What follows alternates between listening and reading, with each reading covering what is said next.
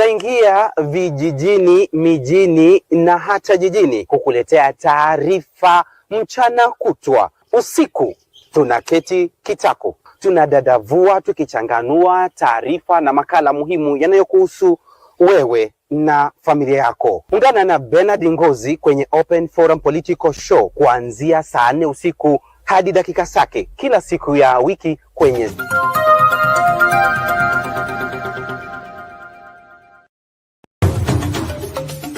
tunaingia vijijini, mijini na hata jijini kukuletea taarifa mchana kutwa. Usiku tunaketi kitako, tunadadavua tukichanganua taarifa na makala muhimu yanayokuhusu wewe na familia yako. Ungana na Bernard Ngozi kwenye Open Forum Political Show kuanzia saa 4 usiku hadi dakika zake kila siku ya wiki kwenye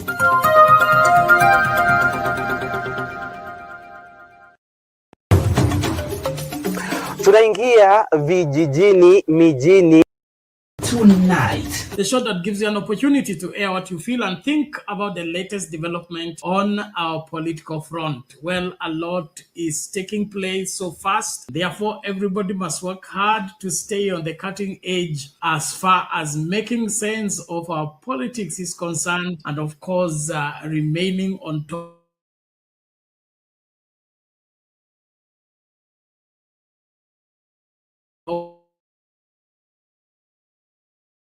justified. So from the look of things, the majority of Kenyans think the government need to up their. Glad to report we are back on the main channel as well, and therefore we are asking everybody to join from wherever you are. Sound Candid Talk, Sound Candid Talk live YouTube channel, and we are also live on X as well as extended to Facebook.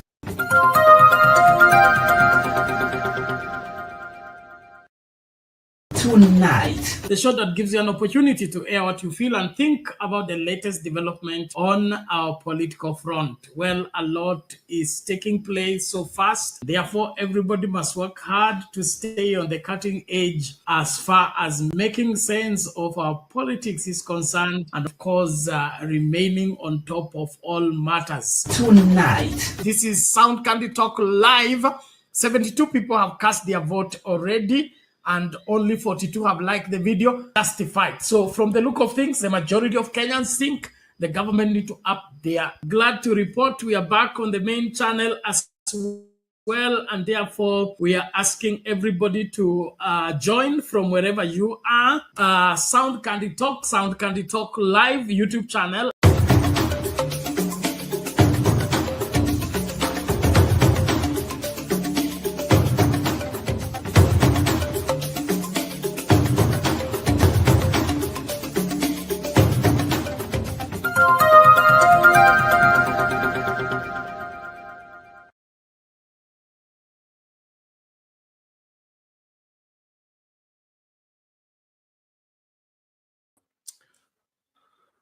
Good evening, ladies and gentlemen, and welcome back for this an amazing moment, an amazing time, and an amazing place, whereby tonight we'll be having a great conversation of all things that have been going around and everything that has been moving on our space, on our nation, Kenya. So please, what I want to urge you, please subscribe if you are coming the first time coming across the channel, and join up so that we can have a great show together.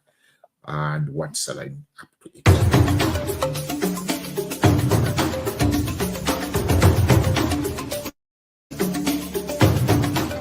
You are watching Sound Candid Talk live.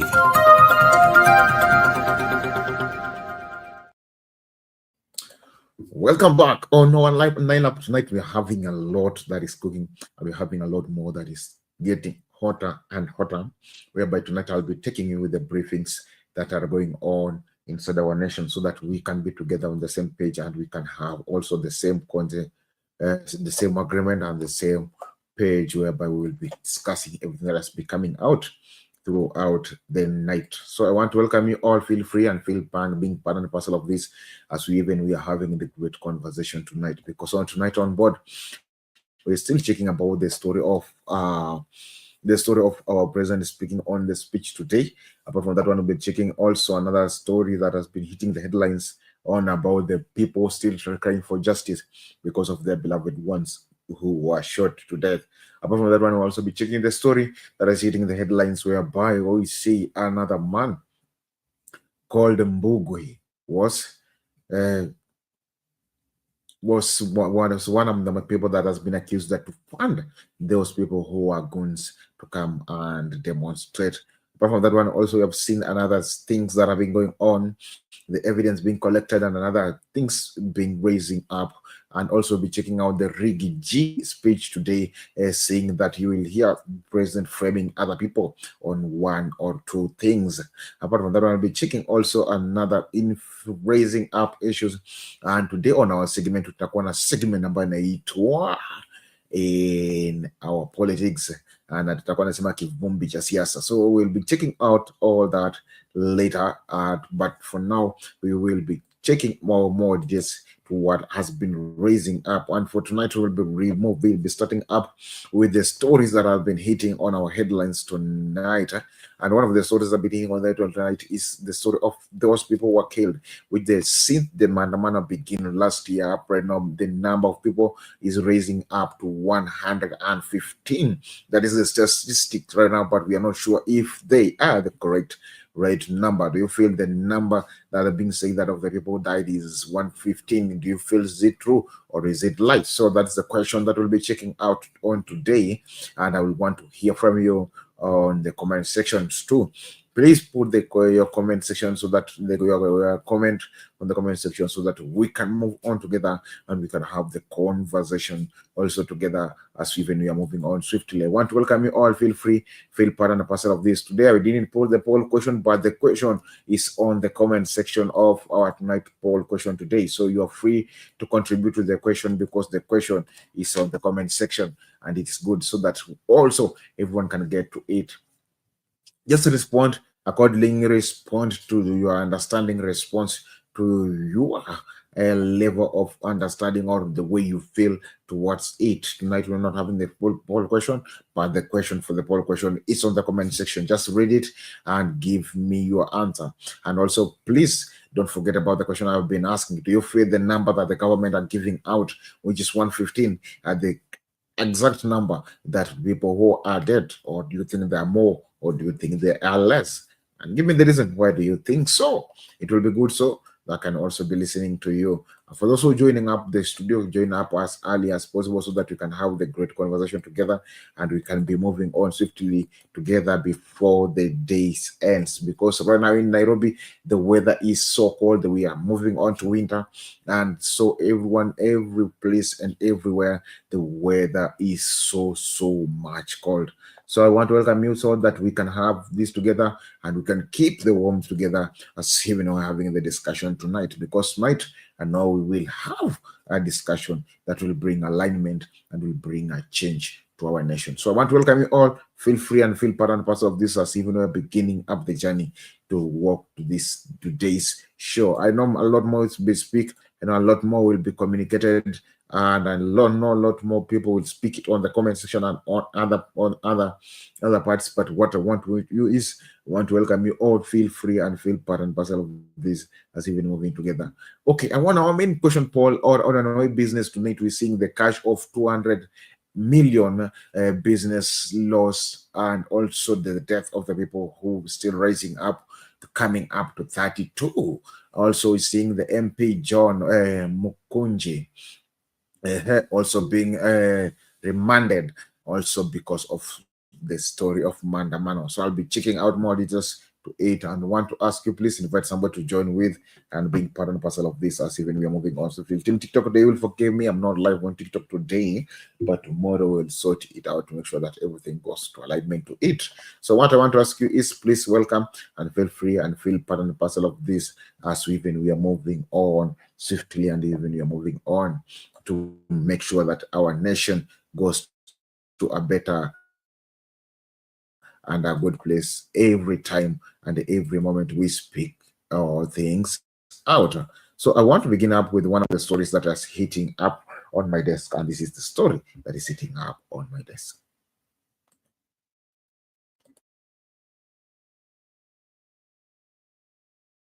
baada ya kijana mwingine kuripotiwa kufariki. Dennis Kimeu mwenye miaka 24 alifariki jana usiku katika hospitali ya Kenyatta alikokuwa amelazwa na majeraha ya risasi. Ben Kirui anaarifu, huku familia nyingine pia ikiomboleza katika eneo la Kangemi. Katika hospitali ya kitaifa ya Kenyatta, huzuni ilitanda baada ya familia ya Dennis Kimeu kuthibitishiwa kifo chake usiku wa Jumanne. Kimeu mwenye umri wa miaka 24 alipigwa risasi wakati wa maandamano yaliyosheheni vurugu ya Sabasaba kwa madai kuwa alifyatuliwa risasi na polisi waliokuwa wakizunguka kwenye magari aina ya Subaru yasiyotambulika. Sisi tunahisi vibaya sana. Tumepoteza mtu wetu tu. Dennis, kifo chake kinanisikitisha sana. Sikuwa natarajia kama hayo. Ni wakati nilipofika nyumbani ndio napigiwa simu kuambiwa Dennis amefariki, amepigwa risasi. Dennis ambaye alikuwa fundi wa magari anadaiwa kupigwa risasi akiwa kazini. Katika picha zilizopigwa muda mfupi baada ya tukio, anaonekana akiwa na maumivu makali bila kujua risasi ilipotoka wala nani aliyeifyatua. Alikimbizwa kwanza katika hospitali ya kaunti ndogo ya Ngong kabla ya kuhamishiwa hospitali ya Kenyatta alikofariki. Akifunga geti ya kazini kwao, hakuwa kwa maandamano. Kama mtu hakuwa kwa maandamano ameweza kupigwa risasi, hiyo ni jambo ya kukasirisha sana, hasa kwa familia yetu. Sasa yeye alipigwa risasi ni kama like he was just innocent. Sasa serikali wamsaidie tu vile wanaweza, wasaidie familia. Alafu wale watu ule mwenye alifanya akashutiwa, ule mwenye alimshoot achukuliwe hatua ya serikali. Hata kama anafanya kazi kwa serikali, yeye mwenyewe anafaa ajue alifanya makosa. Kifo chake kimeongeza idadi ya waliouawa kwa risasi zinazodaiwa kufyatuliwa na polisi katika maeneo ya Ngong, Embulbul na Kiserian hadi watu 6. Familia ya Dennis, kama zilivyo familia nyingine zilizowapoteza wapendwa wao katika maandamano hayo, inataka haki na wajibikaji kutoka kwa mamlaka husika. Wakati huo huo, katika hifadhi ya maiti ya Nairobi, familia ya Paul Makori imekuwa ikisubiri kwa maumivu na sintofahamu. Walitarajia upasuaji wa mwili wa mpendwa wao ufanyike, lakini daktari wa serikali hakufika bila maelezo ya wazi. Tumekuja hapa, tumejaribu kufuatilia from the administration, wamekuwa wakituzungusha hivi. Mara wanatuambia DCI hawako, IPOA hawapo. Makori mwenye umri wa miaka 35 alipigwa risasi nje ya nyumba yao eneo la Kangemi wakati wa maandamano ya Jumatatu. Kulingana na familia yake, hakuwa akishiriki maandamano. Mateso ya familia hii yanazidi kuongezeka kutokana na kile wanachosema ni kuzungushwa na kupotezewa wakati, huku kukiwa kuna taarifa ya wazi yani lini upasuaji wa maiti ya mpendwa wao utafanyika. Ben Kirui, runinga ya Citizen, Nairobi.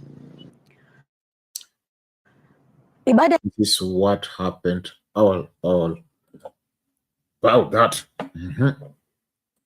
This is what happened and what is going on and on. Kenya mambo ni moto mazee. That's how young men said Kenya ni kumoto mazee. Okay.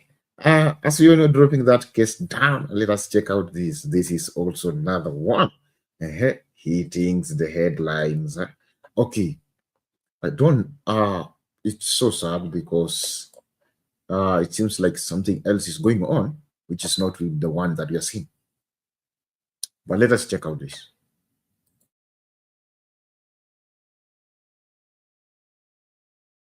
Ya kukadiria hasara kutokana na maandamano ya Sabasaba ya Juni mwaka jana. Tuangalie tena taarifa hiyo ambapo wafanyabiashara kadhaa wameendelea kukadiria hasara kutokana na uporaji wa biashara zao siku ya maandamano. Mmoja wa waathiriwa hawa ni Annabel Njambi ambaye alipoteza mamilioni baada ya maduka yake ya jumla na hata kituo cha mafuta kuporwa katika maeneo ya Kagumo na Kabati. Na kama anavyotuarifu Willy Lusige, Njambi sasa anadai kuwa uvamizi wa biashara zake haukuwa wa kawaida. Usilolijua ni sawa na usiku wa kiza. Siku ya Jumanne Wakenya walipojitokeza kuadhimisha miaka 35 ya maandamano ya Sabasaba,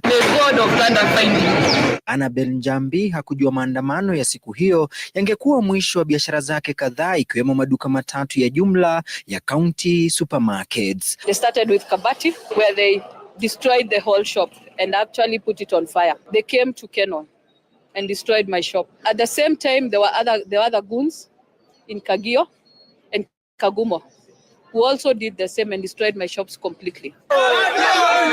Baada ya wahuni hao kuwapiku polisi kwa nguvu katika mji wa Kabati, kando na kulipora duka lake la jumla, walipora pia kituo chake cha mafuta na kutoweka na bidhaa mbalimbali. Some even took my tuk-tuk. I don't know where they took it.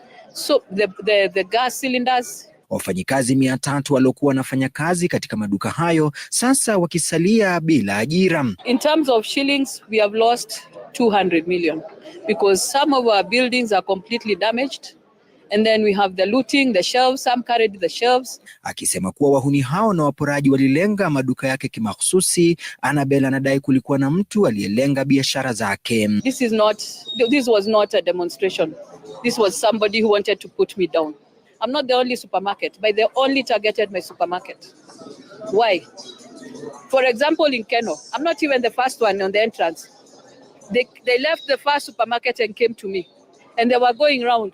Nobody was touched. The whole town, nobody was touched apart from me. Duka lake moja tu lililoko Kerugoya liliponea chupu kuporwa na wahuni walipozuiwa kulipora, ila likiachwa na uharibifu wa mawe. But the God who is in heaven, kwa mfanyabiashara huyu, will fight for me. Kumbukumbu ya Sabasaba imemwacha na uchungu usio na kifani baada ya yote alotafuta kwa zaidi ya miaka 27 kumponyoka. Willy Lusige, runinga ya Citizen, Nairobi.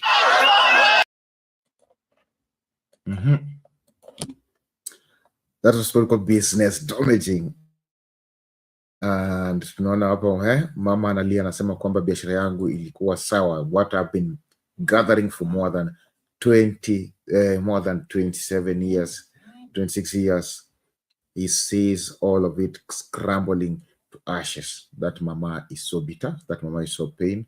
And we see that, Kenyans, please let the police help him to find out the truth, because the mama is saying that it feels like somebody was sent to target his business, because it's not just something normal, or it's not something that is usual to see, that people coming up and just attacking only your business, not other people's business.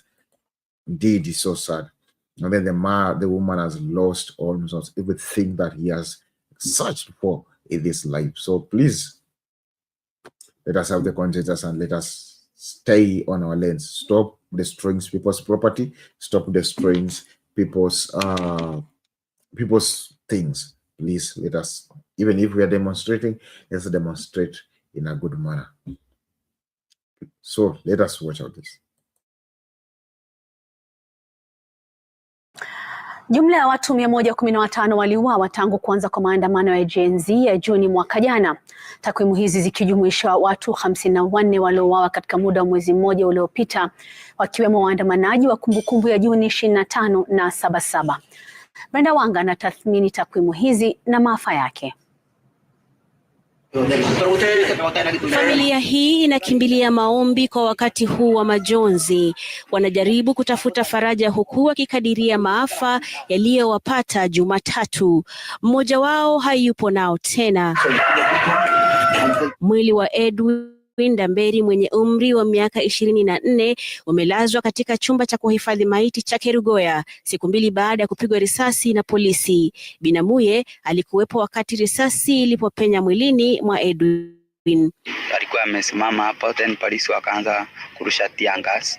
Sisi tukaanza kurudi nyuma, lakini ya kurudi. Then kuna polisi mama mkubwa ndio alikuwa ame-aim na nia alishoot. risasi ikapata Edwin kwa kichwa, ikaingilia hapa mbele kando, ikatokea katikati. Licha ya juhudi za kuokoa maisha yake kwa kumpeleka hospitalini, Edwin alipoteza maisha na kuongeza idadi ya vijana ambao wameuawa na risasi za polisi wakati wa maandamano. Katika muda wa mwezi mmoja, makumi wameuawa kwenye maandamano, kifo cha Edwin kikiwa miongoni mwa watu 32 waliouawa siku ya Sabasaba. Maandamano hayo mwaka huu yalianza na kifo cha mwalimu Albert Ojwang akiwa katika seli za polisi. Mauaji hayo yaliwakasirisha vijana waliojitokeza barabarani wakitaka uwajibikaji. Na katika mwanga wa kamera, afisa wa polisi aliyevalia sare akampiga risasi muuza barakoa ambaye hakukuwa na silaha, Boniface Kariuki. Katika kumbukumbu za maandamano ya kwanza dhidi ya serikali, watu 21 walipoteza maisha. Tume ya Kitaifa ya Haki na Binadamu nchini imeweka idadi ya vifo vilivyoanzia Juni mwaka jana hadi Julai mwaka huu kuwa 115. Tume inasema watu 62 waliuawa kati ya Juni mwaka 2024 na Februari mwaka 2025.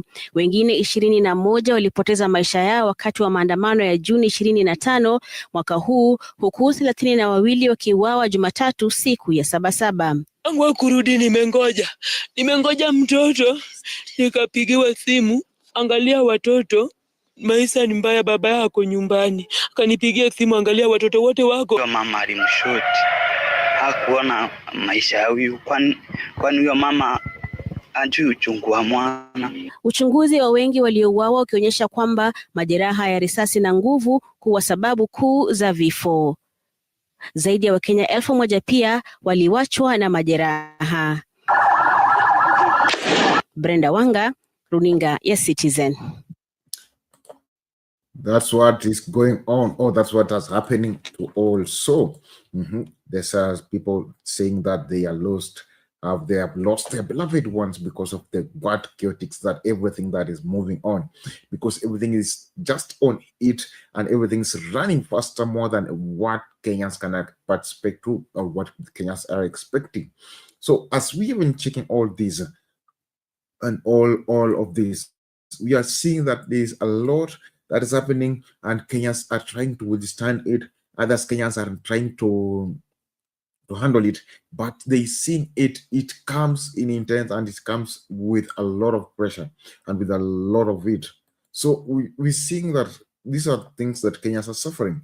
Let me play the last video on our updates tonight, and then we'll be checking also the requests and also having the conversation on all the updates tonight, because tonight I say that we'll have the two segments.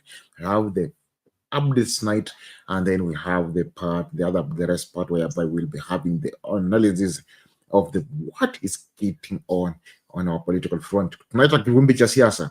Leo Ruto aliongea, Rikijia kajibu, and also fulani mwingine akajibu. So we'll be coming to that briefly, but before we do that, let us check the last report for the updates of the day. Polisi imefanyika leo Nairobi, huku familia yake ikiendelea kudai haki ya mauaji yake. Kwenye ibada hiyo iliyohudhuriwa pia na wanaharakati, serikali imekuwa agizo la rais kuruhusu polisi kutumia risasi kwa kabili waandamanaji, kama anavyotuarifu Gatete Njoroge. Susan Nyawera ni mwingi wa huzuni, anashindwa kustahimili uchungu wa kumpoteza mwanawe Boniface Kariuki. Ibada ya ukumbusho ikirejesha mawazo ya matukio ya tarehe 17 Juni. Juhudi za kutafuta fedha zaidi kwa kuuza barakoa kwa waandamanaji waliokuwa wakiandamana kudai haki kufuatia kifo cha Albert Ojwang, mikononi mwa polisi ikimchongea. Kama Ojwang, maisha ya Kariuki yalikatizwa kwa risasi. Asubuhi na mapema tulikuwa na yeye, nilimpata akiuza bangles na akaweza kunieleza ya kwamba angeuza mask ili aweze kupata kitu. Manake hii barakoa mtu huwa anainunua at 150. So ungeuza hii barakoa at least ungepata faida ya at least 800. Hakuishi kupata fedha aliyolenga. Kwa wiki 2 alisalia katika chumba cha wagonjwa mahututi hadi pale alipofariki akipokea matibabu. The only thing we are still seeking, it is justice for Boniface Mwangi Kariuki. That is the only thing that we want as a family. That is the only thing auntie I know anataka, and that is the only thing I know uncle wants. Wanaharakati, viongozi wa kanisa na wanasiasa wakitaka kukomeshwa kwa mauaji ya kiholela na kuonya dhidi ya semi za kuwapa polisi nguvu ya kutekeleza mauaji. We need prayers because when the president asks servicemen to shoot citizens, unajua katika hiyo chaos you never know. You see, kuna mawe, kuna tear gas, so ukienda kupiga mguu utapiga kichwa. We stand with those in grief. Parents are crying, brothers and sisters are confused, friends are mourning. Each one of us, by share of what is happening, we feel saddened. We will not be cowed. They have tried to, wamejaribu kutu threaten, kutu blackmail. Juzi marafiki zangu wameshikwa, wameandikiwa terrorism charges. In this country, in your own country, unaandikiwa watu ni terrorist. Hatutakubali kutishwa kwa nchi yetu. Maafisa wawili wa polisi waliokamatwa kwa kuhusika na kifo chake Kariuki wanatarajiwa kurejeshwa mahakamani Alhamisi kukabiliwa na shtaka la mauaji. Wakijiandaa kwa safari ya mwisho ya marehemu Boniface Kariuki siku ya Ijumaa, familia imetoa wito kwa serikali kuhakikisha visa vya Wakenya kuuawa kiholela vinakoma. Gatete Njoroge, Runinga ya Citizen, Nairobi. That is from Nairobi. That's Nairobi report, taking us to the end of our updates tonight, and we're having the next part. For the coming up is an amazing part whereby we're seeing that all things revolve around the Sabasaba projects, whereby people lost their lives, others lost their business, and others lost everything from their earnings. So please let us stand up, let us be with them. For so there's the woman that has loaded the 3 supermarkets and also has to make sure that he has his workers as they have lost the job, because the woman, she had employed 300 workers. So now the workers are jobless. So when you do something, no, it may affect you directly or indirectly, whether in one point or the other. So let us don't just do things because we are doing it. Let us not just show up because we are showing up. Let us not just riot because we are rioting. Let us do everything with a purpose and with a plan. Don't just do it because you're doing it. Don't just raising up because you're raising up. Don't just go on because you're doing. For now, we are doing things accordingly. Don't just go destroy somebody's business because umefeel tu niende kuharibu biashara ya mtu. Right now, if you get being found destroying people's business, you will be burned to ashes with the people, because wananchi, they are now bitter with what is going on. Tafadhali, let us be watchful and let us watch out indeed. Tusiache mambo tu ama tusichukulie mambo mzaa tunayaacha tu yanasindia tu vile yanataka. That is serious. For if you know what it means by serious, this is so serious. So please ask you Kenyans, let us do something, even if we are still continuing doing this, because we are having a lot of expectation. We are having a lot of what we are expecting to come on our desk, and the moment we have a lot of expectation, we still have something to do or to dwell on it. So I want you to please let us do it in a good and a better manner, because when we don't do it in a better manner, indeed we are just costing ourselves, because everything we are doing it comes around. Everything that we are doing there always comes back. So I want to ask them, please, let's make sure that everything that we are doing doesn't just go is the way it is, but make sure that everything that we are doing has peace and has liberty. Because when we do things that they have no liberty or they have no directions, this shows that our Kenya is not moving on swiftly. So let us make sure that everything that we are doing, even we're going to look for justice for those people who are dying on the street, let us make sure we maintain the justice, and it will be good. So as we leave that, I want to take you to the next segment where tunaita ni kivumbi cha siasa. Ndio hivi kwa kivumbi cha siasa.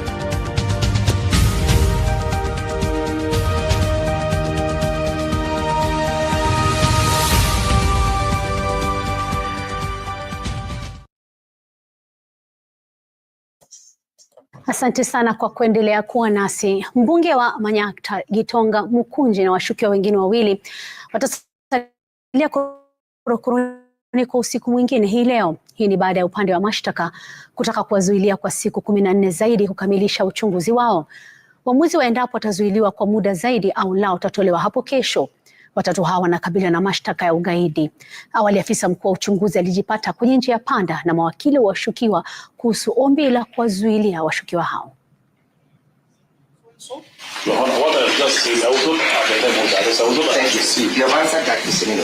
The date spanning from the 25th of June to the 7th of July, correct? Yes, Your Honor. And therefore, the dates are correctly captured and reflected in that particular diary, yes?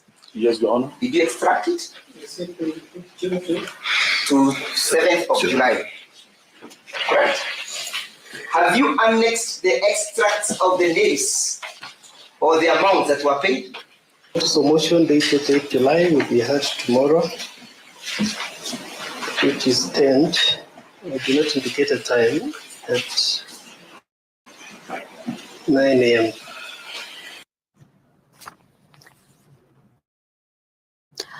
Wakulima mjini Kisumu. Rigathi Gachagua. 5. During the 35th anniversary of Sabasaba, Kenyans from all walks of life led by Gen Zs and unpeaceful went to the streets. This is not the first demonstration that has happened in Kenya this year where lives have been lost and property destroyed.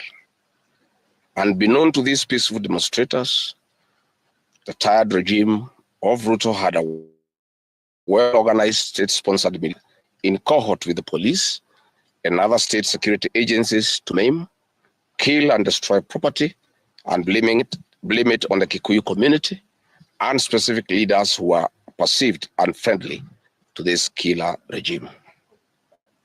This targeted profiling of the Kikuyu community and destruction of their specific business is an economic sabotage not new to the narrative of William Ruto. On the 30th day, these state-sponsored militia, under instructions and guidance from the police, were dropped in different places in the country, and mostly in the Mount Kenya region and other regions not perceived friendly to the government. They were strategically dropped past midnight, and then roadblocks were placed by the police while others was dropped early in the morning. The militia were procured by Ruto. Governors and MPs allied to him. These regions include Nairobi, Kiambu, Kajiado, Kisii, Nyeri, Murang'a, Kiambu, Kirinyaga, Meru, Nyandarua, Kajiado, Kitengela, Ongata-Rongai, Machakos, Embu, and in Wote. They had clear instructions to loot and destroy specific properties under police supervision. A killer squad of 101 that works under the direct agenda of the National Intelligence Service, Nuruddin Haji, was armed with assault rifles and drove in a convoy of unmarked Subarus, shooting and killing innocent protesters aimlessly in the streets and estates. This squad in Subarus, hooded and masked against court orders, are disguising themselves as DCI's officers, yet we know they are not. In fact, I would like to clarify that the National Intelligence Service has procured Subarus to give an impression that this killer gang is from the DCI. The truth of the matter is that this has nothing to do with the DCI. This is the National Intelligence Service. And this squad of 101 people was formed when I was still in government. Officers were recruited from the administration police unit for special training by NIS on abductions, killings, and cover-up. And this is a squad that is killing the people of Kenya. The killings and the business destruction pattern point to William Ruto's ethnic profiling narrative, which is a master with no rival. With a close coordination of PS Interior Raymond Omolo, this narrative was boosted online by state bloggers to spin the narrative. The Cabinet Secretary Kipchumba Murkomen's public to shoot to kill order, coupled with assurances to police officers that the government will not cooperate with the investigators in police conduct, has emboldened security forces. Police officers are now on record threatening citizens who are in their homes, boasting of their license to kill, acting with a confidence that can only come from the highest echelons of power. Mr. Murkomen's admission that these are not just instructions from him, but orders from above, removes any ambiguity about where responsibility lies. It will be recalled that in the run-up to the 2007 general election and its aftermath, the narrative of 41 against 1 was a masterpiece of William Ruto. The target was profiling Kikuyus against the rest of the country. To a large extent, he succeeded, and every Kenyan knows what happened, and it is also fresh in his mind of the ICC ordeal still hanging on the neck of William Ruto today. We remind William Ruto that his ICC cases are not yet over. They have been paused after witnesses disappeared, and what he is pretending over are crimes under the Rome Statute. It is clear history is repeating itself, and the architect William Ruto is back on the deck. He is hell-bent to finish his unfinished business with the people of Mount Kenya, destroy their businesses and make them black sheep of Kenya. Despite this horrible experience, the people of Mount Kenya voted William Ruto to a man in 2022 general elections against the advice of President Uhuru Kenyatta, whom Mr. Ruto had branded as a drunkard and a useless leader. Today, the people of Kenya, and especially the Mount Kenya region, feel sorry that they did not heed to the advice of Uhuru Kenyatta. These state-sponsored militia were key in touching of various parts of the country with ease of police assistance to prefer terrorism charges on specific people from the Mount Kenya region. So far, about 50 young people are in courts in trumped-up charges of terrorism in scenarios of state-managed crimes by the state. Again, this is a clear onslaught on the Kikuyu nation. A case in point, when a police station in Mawego in Homa Bay County was torched, the suspects for that particular crime have been charged with arson. But when a police station is alleged to have been torched in Kiambu, suspects from the Kikuyu nation are charged with terrorism charges. This is serious ethnic profiling. Last night in Juja and Kirinyaga, these state-sponsored militia invaded various businesses. Luckily in Kirinyaga, after Wananchi went to Sagada police station and they refused to act, saying they had orders from above not to interfere, the people organized themselves and repulsed the militia. Mr. Ruto's ethnic profiling has led to the destruction of the foreign properties belonging to the people of Mount Kenya. Maguna supermarkets in Meru, Kahawa West and Murang'a. Nice supermarkets, hotel and petrol station, a nice city in Mwea in Kirinyaga. County supermarkets in Kabati and Kirinyaga. Power Star supermarkets, Quick Mart supermarkets in Eastern Bypass, Shell and Totomin markets in Roiro, Chill Post Hotel in Gong, Boju Shop in Keserian, Homegrown Supermarket among others, and the Family Bank in Kahawa and Roiro. Notably, in Meru, these state-sponsored militia tried to attack Meru Dairy Processing Plant and were repulsed by workers. In Nyeri, they further tried to attack Wakulima Dairy in Mukurweini, and the attack failed. We urge our businesses to heighten security surveillance on their business premises and production lines, especially the KTDA, processing factories, among others. We take note that in Meru, on Sunday, the 6th of July, at an event attended by CS Kipchumba Murkomen, the MP for Bori, Mugambire Dikire, indicated that a supermarket would be attacked the following day. As sure as December 25 is Christmas, and true to his word, Maguna supermarket was touched by the state-sponsored militia, which the MP was private to. Why hasn't Mugambire Dikire been arrested? How did he know that a supermarket would be attacked? This is selective justice. The evidence that these militias are state-sponsored is plain for all to see. Videos circulating widely show police officers not merely failing to intervene, but actively transporting armed groups who proceed to unleash destruction with apparent impunity. Uniformed officers have been seen standing guard as these groups rampage. They are in action and a stark contrast to strong statements being made by government. In Nyeri, journalists were attacked by these militias in the presence of the police. It is well documented. This is a clear indicator that Ruto is working with governors and MPs allied to him to destroy businesses owned by the Kikuyu, the Meru, and the Embu, and blame it on people who don't support his administration. This is a tactic that was used by the colonialists with the collaborators who searched earth policy and touched buildings and businesses and blamed it on the Mau Mau. This divide and rule tactic will not work, Mr. Ruto. We know that in Meru, they want to use this mayhem to blame Mithika Linturi. In Embu, they have already blamed Mkonji Gitonga. In Ketengela,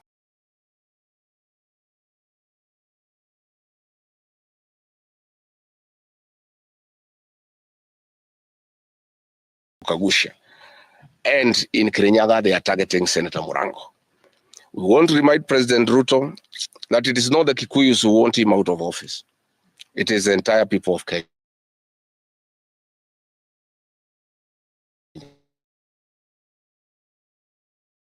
If that it is the Kikuyus who want you out, then all Kenyans are Kikuyus.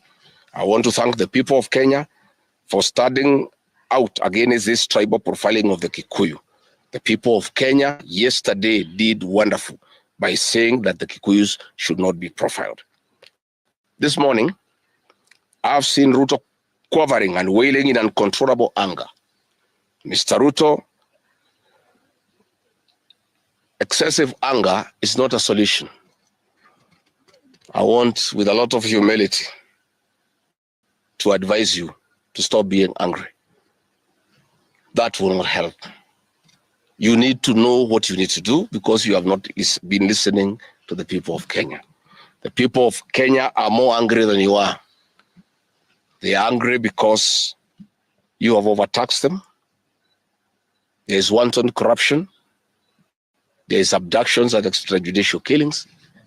There is ethnic profiling and other ills that bedevil your administration. If you want to be calm, please abolish the housing levy and give dignity to the payslip. I have heard you saying that you cannot give jobs to the young people. Please restore the dignity of the payslip.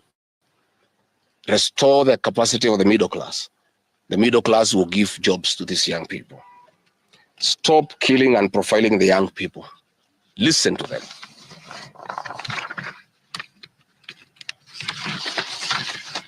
Stop abductions and extrajudicial killings.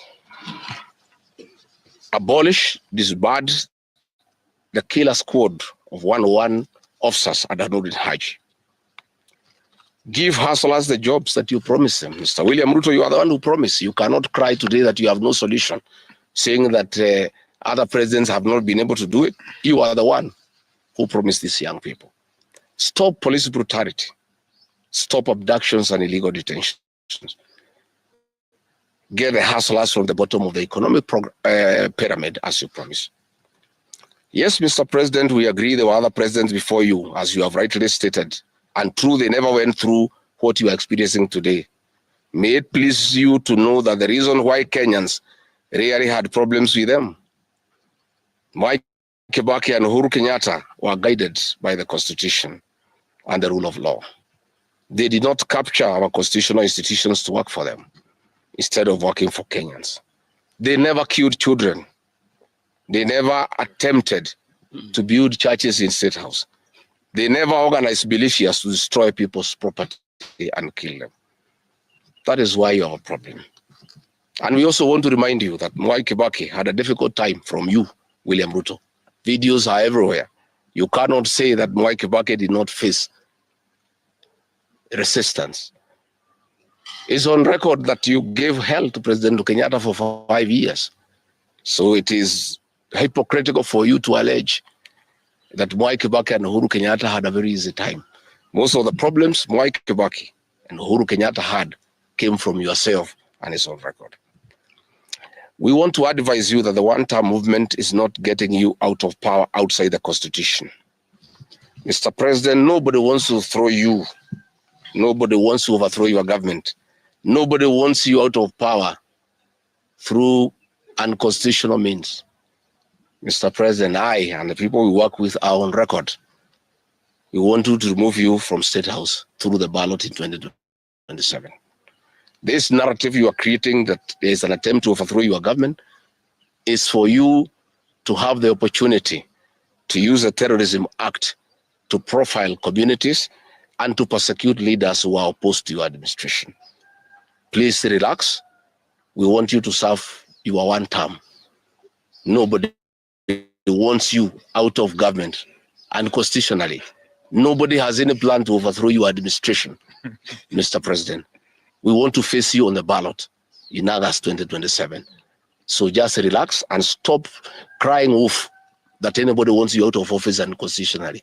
There is no leader here who is planning a coup, and none has the capacity, and nobody is interested. The leaders in this country, and indeed 95% of the Kenyan population, want to humiliate you at the ballot. They will relish that moment. None of them would want you to go out through any other method, unless, of course, you decided to resign on your own volition.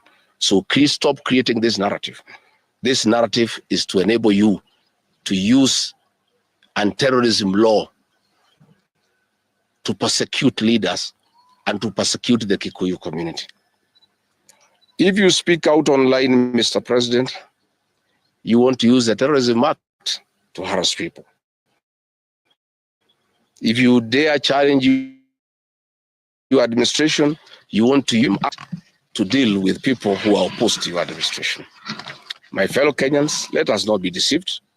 William Ruto has stripped away even the pretense of democracy. What we are witnessing is not the rule of law, but the rule of fear. This is not the behavior of a government that serves its people. This is the machinery of outright dictatorship. Finally, I want to announce to the people of Kenya that tonight I'll be traveling to the United States of America to talk to the Kenyans, the diaspora, and the international community about the state of the nation. I would have wanted to stay in the country at this very difficult time when our people are under siege, but I have engagements that I'm not able to postpone. I've been threatened by people close to William Ruto, who called some of my people today, and they will want to stop me from leaving the country. I have no problem. If you want to come and arrest me at the airport, as you are threatening us, you can go ahead. I don't have a problem. You cannot sell fear to us. You know, even if you sold us fear, we cannot buy, you know. And therefore, as I'm out of the country, unless I'm stopped from going, and if I'm stopped from going, I'm still okay. I'll be here because this is my country. We have made sufficient arrangements with other leaders in the united opposition to create a pool of lawyers to come in through for our young people who are being persecuted on trumped-up charges of terrorism. And I want to explain. I have heard the president saying that people have attacked police stations and the law courts. It was all stage managed by the MP for Kikuyu. How do you explain that people can walk into a police station and they are not armed and take over the police station from armed police officers? How do you go to the courts that are guarded by armed police officers and touch them? All these attacks of vital installations were stage managed by William Ruto through Kimani Ichung'wa to create the opportunity to prefer charges against people using the Anti-Terrorism Act. That is the reality. So nobody has attacked any police station. They were all stage managed by government. And what is happening is history is repeating itself. This is exactly what Moi did in the 80s against the Kikuyu community.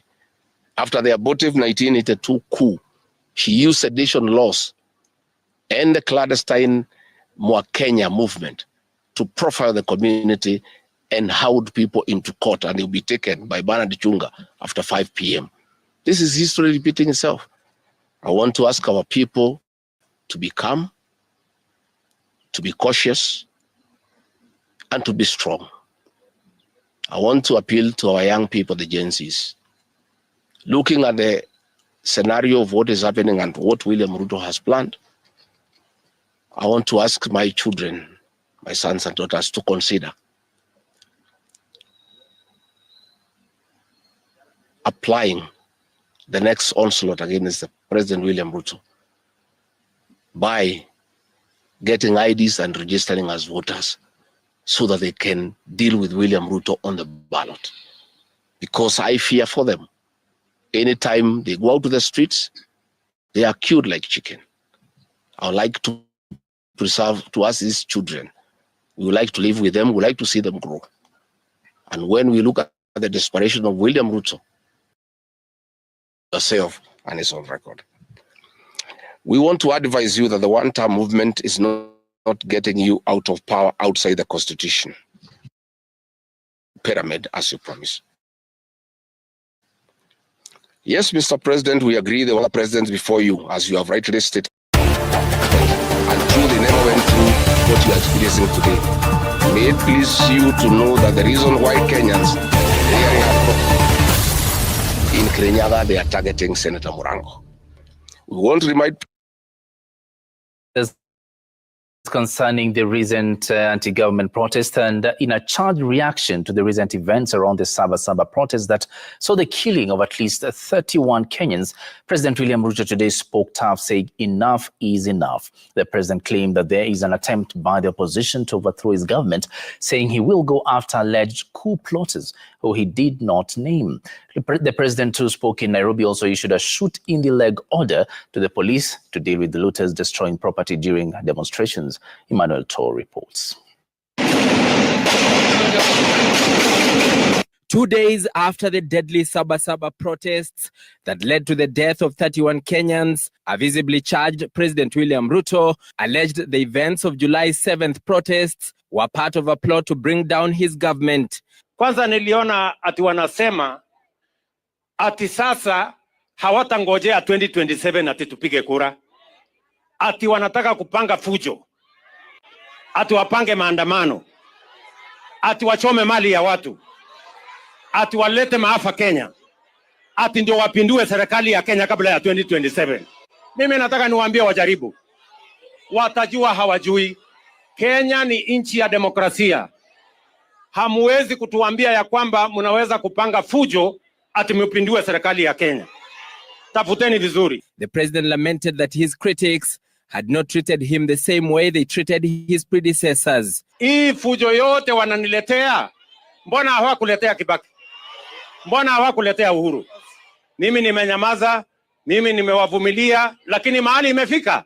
Enough is enough. I want to say that you can call me whatever names you want to call me, but I will make sure that there is peace and stability in Kenya by all means possible.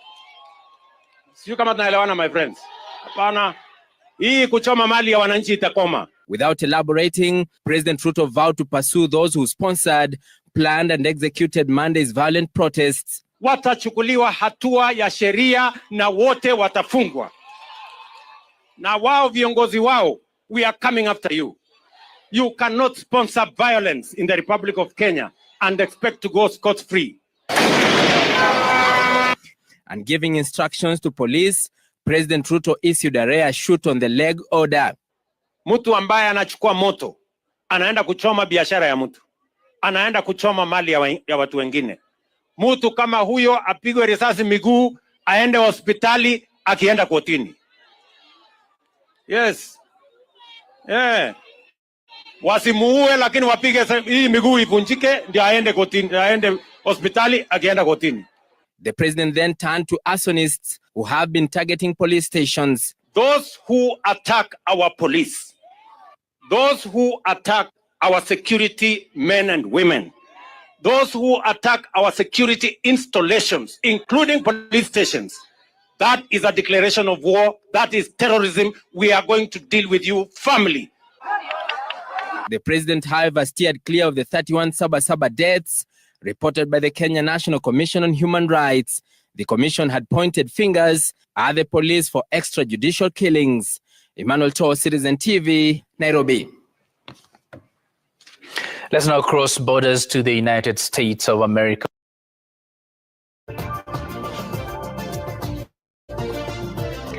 Ananisaidia kwa lugha ya ishara ni Yula Nzale. Karibu.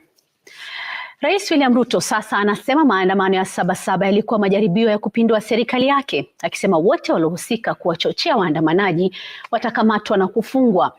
Akizungumza hapa Nairobi hii leo, Rais Ruto ametoa amri kwa maafisa wa polisi kuwapiga risasi wahuni ambao wataharibu mali ya umma, akisema uvamizi wa vituo vya polisi ni uhaini, kama anavyotuarifu Emmanuel To. Alivunja kimya chake kuhusu maandamano ya Sabasaba akija kwa maeneo ya juu. Akizungumza katika kituo cha polisi cha Kilimani hapa Nairobi alipofungua mradi wa ujenzi wa nyumba, Rais William Ruto alisema maandamano ya Jumatatu yalikuwa ya uhaini. Kwanza niliona ati wanasema ati sasa hawatangojea 2027 ati tupige kura. Ati wanataka kupanga fujo. Ati wapange maandamano. Ati wachome mali ya watu, ati walete maafa Kenya, ati ndio wapindue serikali ya Kenya kabla ya 2027. Mimi nataka niwaambie wajaribu, watajua hawajui. Kenya ni nchi ya demokrasia. Hamwezi kutuambia ya kwamba mnaweza kupanga fujo ati mpindue serikali ya Kenya. Tafuteni vizuri. Rais akiongeza kwamba wanaomchongea wamemfika koo. Hii fujo yote wananiletea, mbona hawakuletea Kibaki? Mbona hawakuletea Uhuru? Mimi nimenyamaza, mimi nimewavumilia, lakini mahali imefika. Enough is enough. You can call me whatever names you want to call me, but I will make sure that there is peace and stability in Kenya by all means possible. Rais Ruto akiwapa maafisa kibali cha kuwapiga risasi wote ambao watavamia vituo hivyo na kuharibu mali ya umma. Mtu ambaye anachukua moto anaenda kuchoma biashara ya mtu, anaenda kuchoma mali ya watu wengine. Mtu kama huyo apigwe risasi miguu, aende hospitali, akienda kotini. Wasimuue, lakini wapige hii miguu ivunjike ndio aende kotini, aende hospitali, akienda kotini. Rais akisema uvamizi wa vituo vya polisi ni kupima nguvu za serikali na watakiona cha mtema kuni. Those who attack our police, those who attack our security men and women, those who attack our security installations, including police stations, that is a declaration of war. That is terrorism. We are going to deal with you firmly. Wakati huo huo, Rais Ruto amewaonya wale wanaosema walichochea maandamano kuwa chuma chao kimotoni. Watachukuliwa hatua ya sheria na wote watafungwa. Na wao viongozi wao, we are coming after you. You cannot sponsor violence in the Republic of Kenya and expect to go scot-free. Rais Ruto hata hivyo alisalia kimya kuhusu mauaji ya Wakenya kwa mtutu wa bunduki za polisi. Tume ya Kitaifa ya Haki za Binadamu KNCHR imesema watu 31 wameripotiwa kuaga dunia katika maandamano ya Sabasaba Jumatatu. Emmanuel To, runinga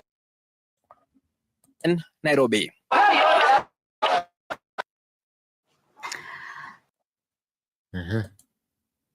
This is what is going on. This is what is cooking and cooking is cooking is cooking is cooking is cooking it's cooking it's cooking it's cooking. Ambia mwenzako ni kumoto madhe. Mambo imechumuka Kenya. Kwenye kivumbi cha siasa. Yanasema yanarudisha. Leo Rigijia amekuwa akipokezana na Rais Ruto kumwambia kwamba wao unasema hivi na hivi anasema vile. Na hii inasemekana hivi na hii inasemekana vile. So there's a lot more than what we are anticipating, because hey, we can't say that the things they are just over like that. Mambo yanakuwa mengi zaidi ya vile tulivyokuwa tumetarajia. Kwa hivyo ukichukua makini ili tusiweze kuingia kwenye hili shimo na ama tusiweze kujipata kwenye madhara mengine ambayo hayaweze tusaidia. Kwa hivyo wacha tufanye hili, tukipata hili na kutusongeza kiwango kingine na kufungia.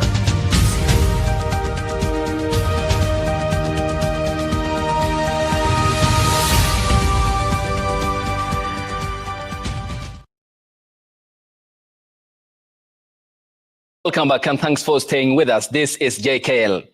President William Ruto has strongly hit out at the judiciary following a court ruling that barred the Inspector General of Police Douglas Kanja from erecting roadblocks within the Nairobi Central Business District. In a dismissive tone, the head of state questioned the logic behind the ruling by Justice Lawrence Mugambi, stating it fails to address the real danger and undermines efforts to protect life and property, a responsibility, according to the head of state, on its shoulders. Here's Melita Oletenges. Presidential anger has now shifted from protesters to the courts.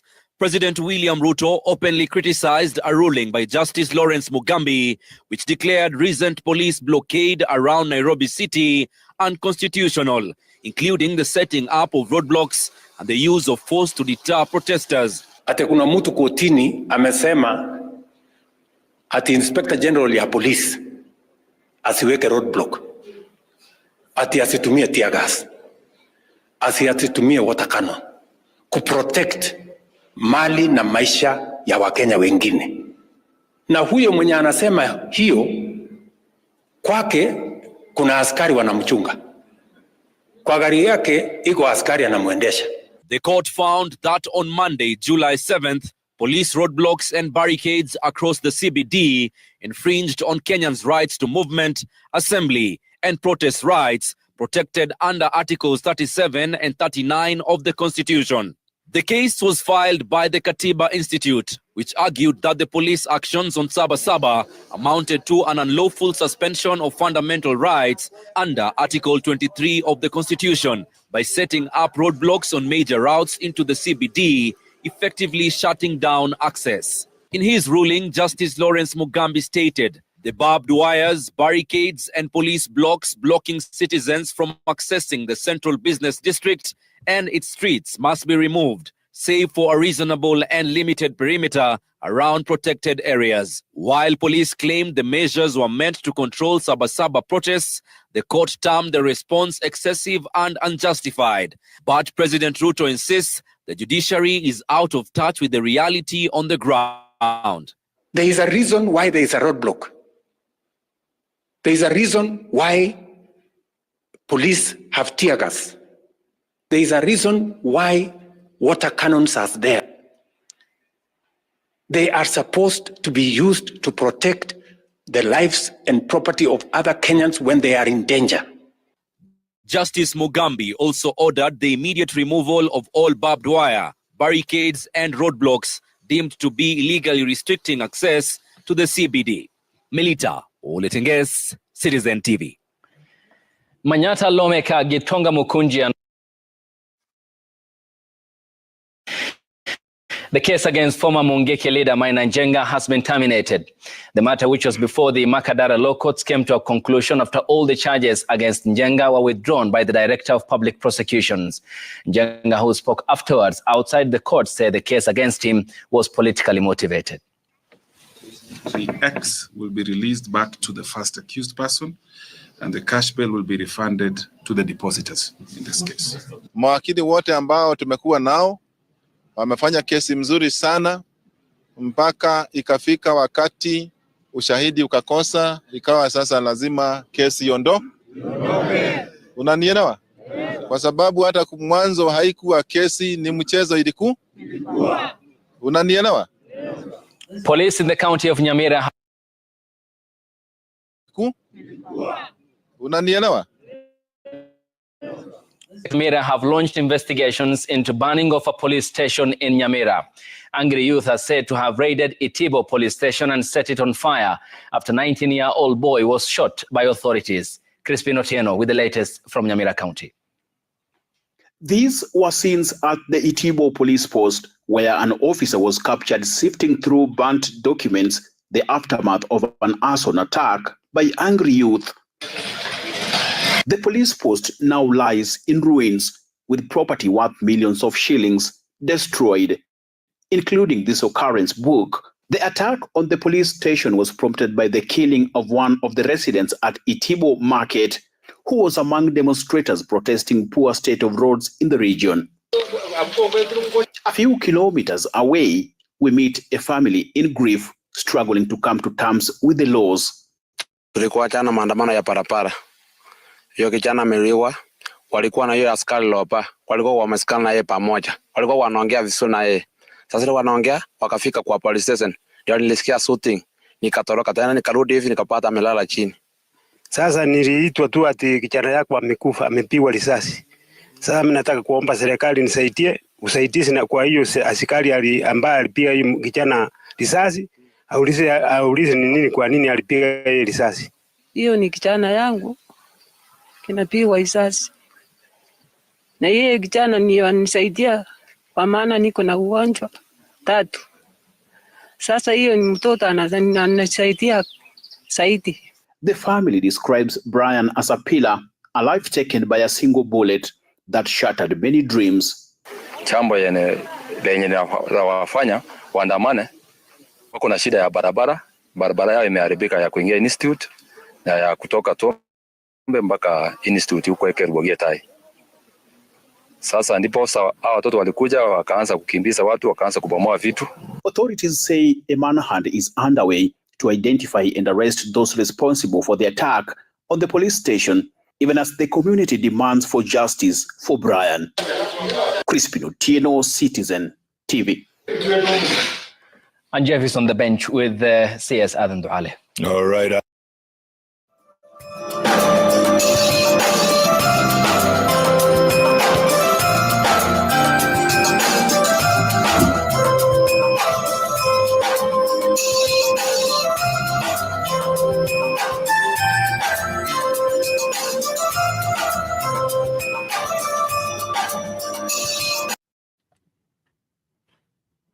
The nation. And politics as well, of course. Absolutely. All right, folks, stay tuned.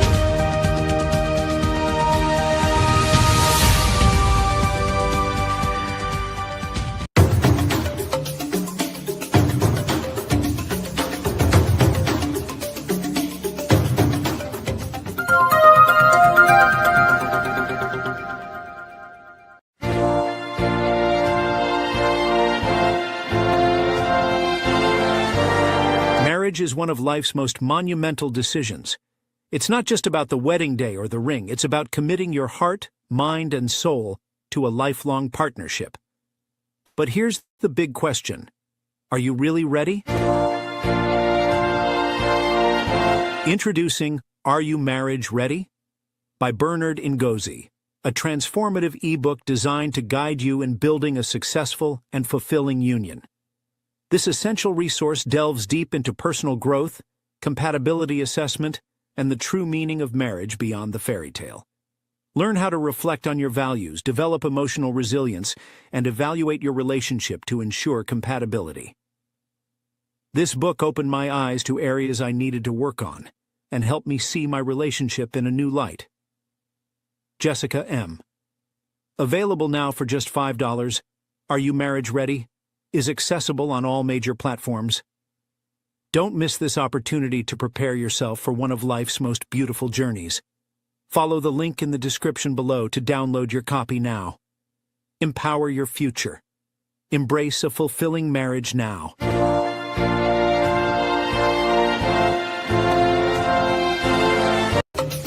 At Sound Candid Talk, we provide live UHD broadcasts for church services, talk shows and podcasts, weddings, live bands, products and services launches, webinars and trainings, Zoom meetings, conferences, seminars, exhibitions, and virtual concerts.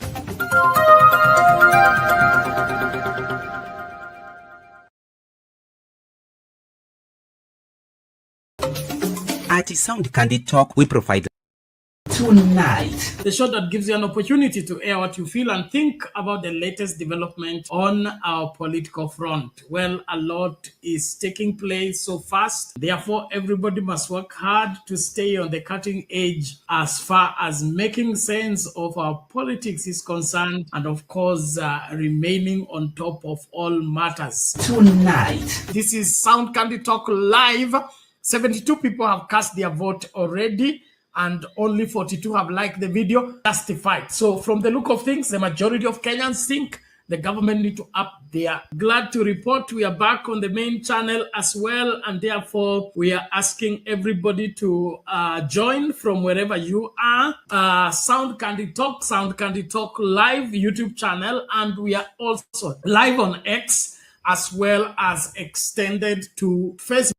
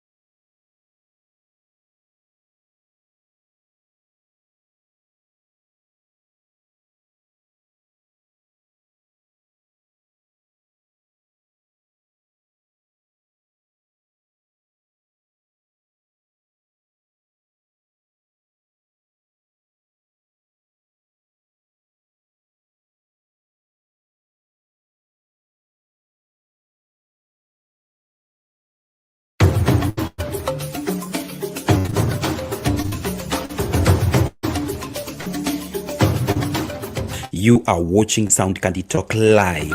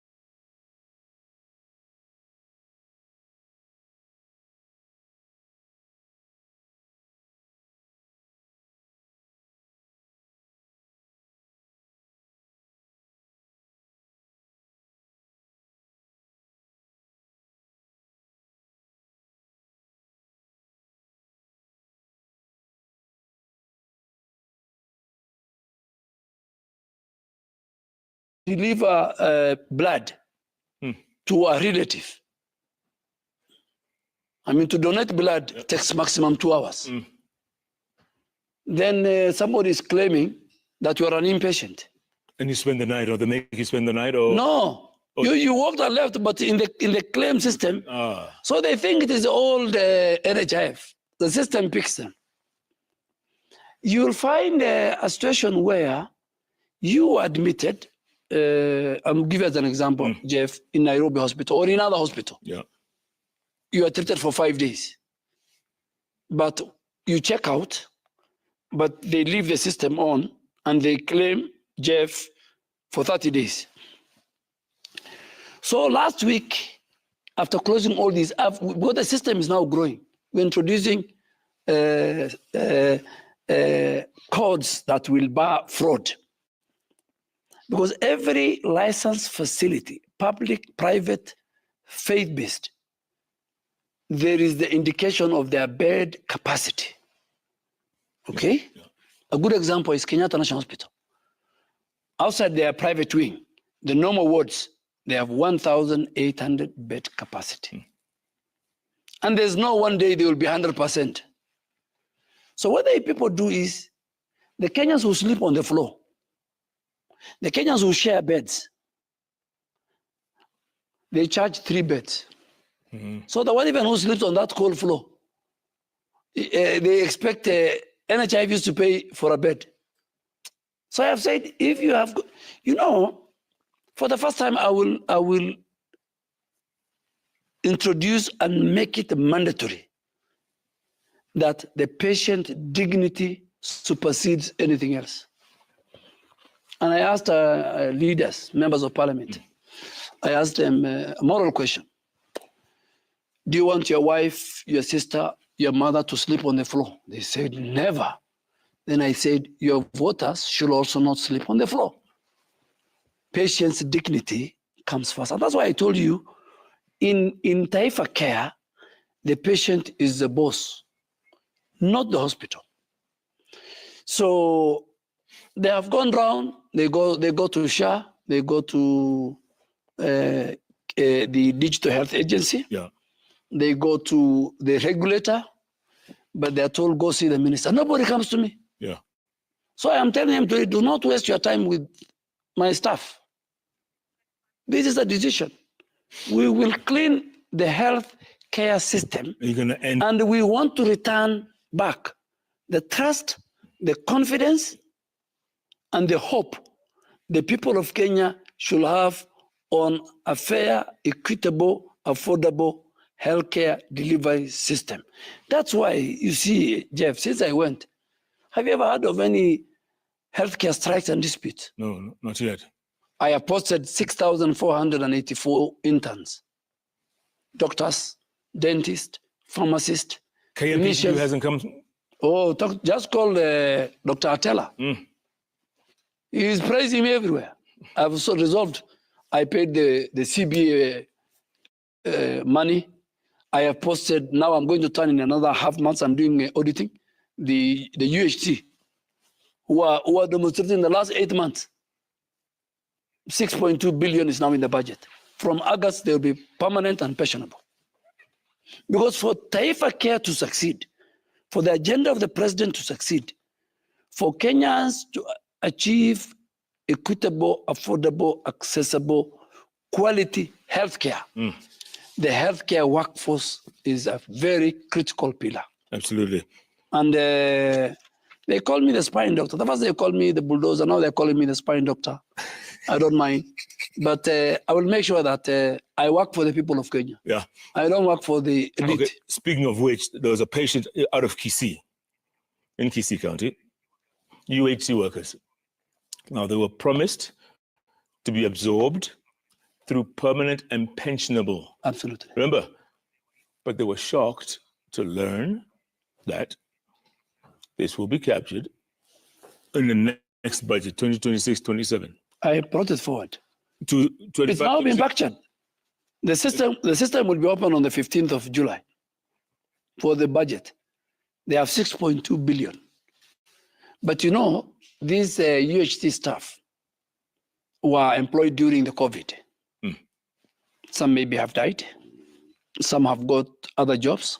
Some have left the country. So I want to clean the payroll.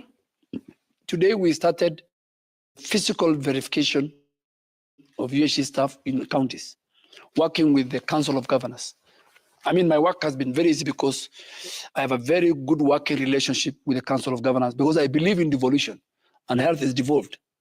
So by 1st of August or 1st of September, once we finish the cleanup, all UHC staff in our country will be transited to permanent and pensionable. Waziri, real quick, you know you are depriving a lot of people of their livelihoods for the last few years, maybe even decades. The mafia is going to come after you. Are you afraid for your life? No. Huh? Why should I? You know, my friend, I'm pissed off a lot of people. Oh no, I've closed many tabs of cartels, and they're watching me. I'm telling them they better look for another place. Mafia house is slowly turning into Afi house. The corridors now are clear. There are no silos. And you know, I have to do a job. If it means me losing my job by reforming the health sector, I am ready. Than allowing corruption and cartels and mafia to take that place. I have a job to do. Once I finish that job, I clean it, the president can take me to another place. But I don't want to go to another place. You don't? Because it's a very critical sector in our country. Is it frustrating sometimes for you? It is frustrating, but you know, when you are frustrated is when you think.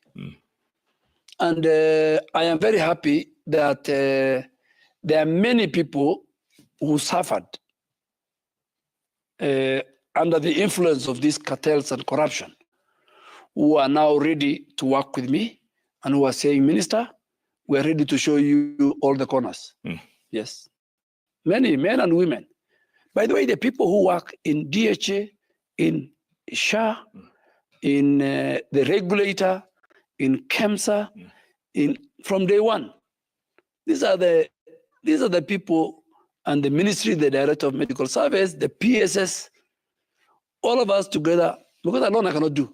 As a teamwork, we have agreed going forward, we must deliver the healthcare that the president promised the people of Kenya. And you're the man. And you know, Jeff, the biggest problem William Ruto is suffering. And that's why you see a lot of noise. A lot of noise. Two things. Why are you, and I told you earlier, why are you sharing this cake fairly? And that's a constitutional provision. Secondly, he's suffering because of his name. It's called Ruto. And today I was happy he said it. Why were you guys not demonstrating Sabasaba and destroying property during Uhuru's time and Kibaki's time? Even, you know, the Catholic Church, I am not a Christian, but, you know, I have to say I'm a leader.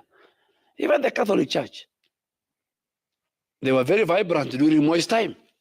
They kept quiet for 10 years of Kibaki, because Kibaki was a Catholic. They kept quiet 10 years because my good friend Uhuru Kenyatta, who's a Catholic, they must be conscious. There are other Christians of other denominations living in this country. There are Muslims who live in this country. There are even traditionalists, the Diniam Sambwa and the Akorinos. And there's a freedom of worship in our country. So they cannot. In fact, I told the president, there is a small room where we the Muslims pray in State House. I told him, as you renovate your church, allow us Muslims also using our own money, we renovate our small mosque. Because we pray 5 times a day. So if we say all day in the State House, we pray in the corridors and in the grass. So he has agreed. We told him. Are you going to get your own mosque? No, and I have built many mosques with many well-wishers. I told him, look for us a small place in State House. The Muslims can pray. The Christians can pray. The people who are making noise, maybe they don't pray. They don't believe in God.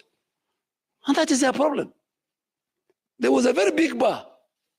Nobody complained during my friend's time. I used to take tea as they're taking... So people are being very unfair to William Ruto. And you are building the house of God.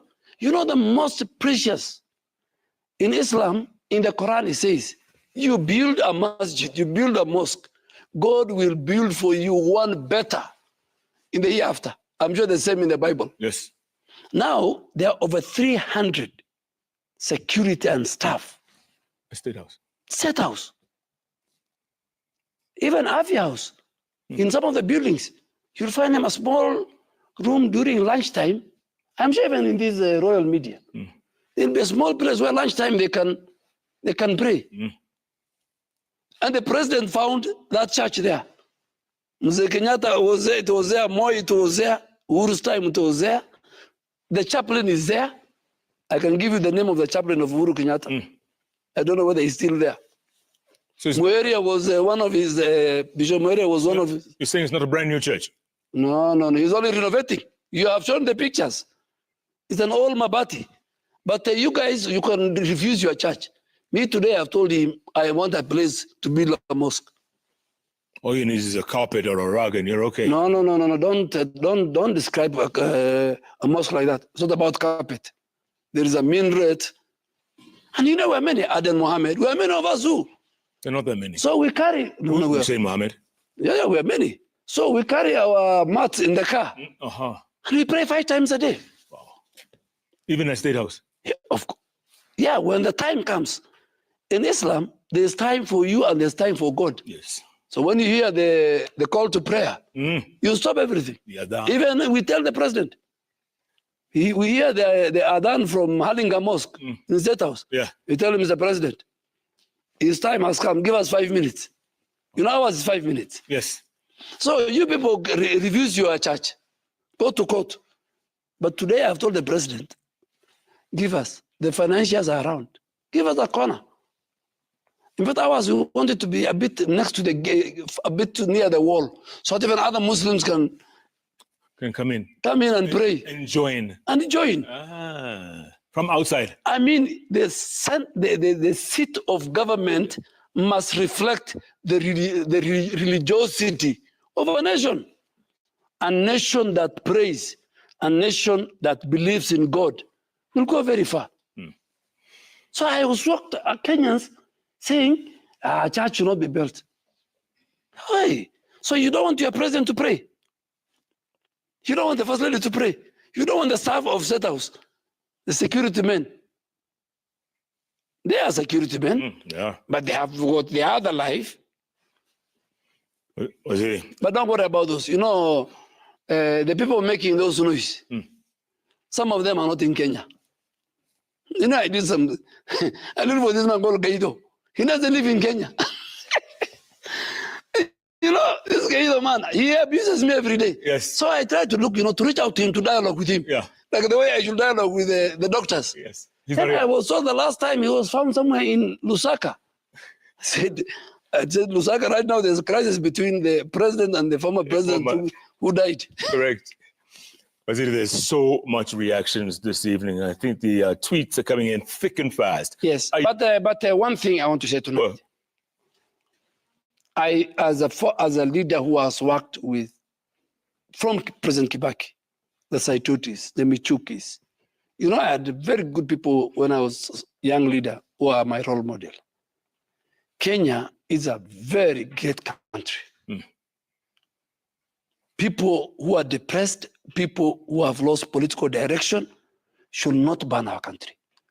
And I want to ask the president, exercise Article 131. The owners of roadblocks and tear gas and all tools are the police. We must be proud of our security agents. As long as we must not allow extrajudicial killing. As long as they don't. We must not allow abduction, even the artificial one. Okay? Because this thing of extrajudicial killing has lived with us since Mzee Kenyatta. As long as they don't shoot people in the legs. No, I think shooting in the leg is not shooting, it's called immobilizing. Sometimes when a criminal enters your house, don't kill him. Shoot him at the leg, he becomes, demobilize him until the police will come. They will take him to hospital, he's treated, then he goes to court. Make sure he doesn't bleed. the healthcare ambulance, and we're introducing, by the way, we're introducing a very good ambulance system where by October, Kenyans will use like the app of calling an Uber. Oh. You check in our system, the ambulance near you. You call it, it takes you to a hospital free of charge, paid by the people of Kenya. Come on. I am telling you, it's called Emergency Chronic and Critical Illness Fund, budgeted by Parliament. Today, if you're walking in the streets of Nairobi and you get a stroke, you will be picked by any ambulance, you'll be taken to any hospital, you will be treated free of charge, paid by the government of William Ruto. I have to see it to believe it. No, just look for somebody who has collapsed in the streets. Okay, we'll hold him by his word. We have to. We have some. No. Always he helps me by my word, and my word passes. Your word is bond.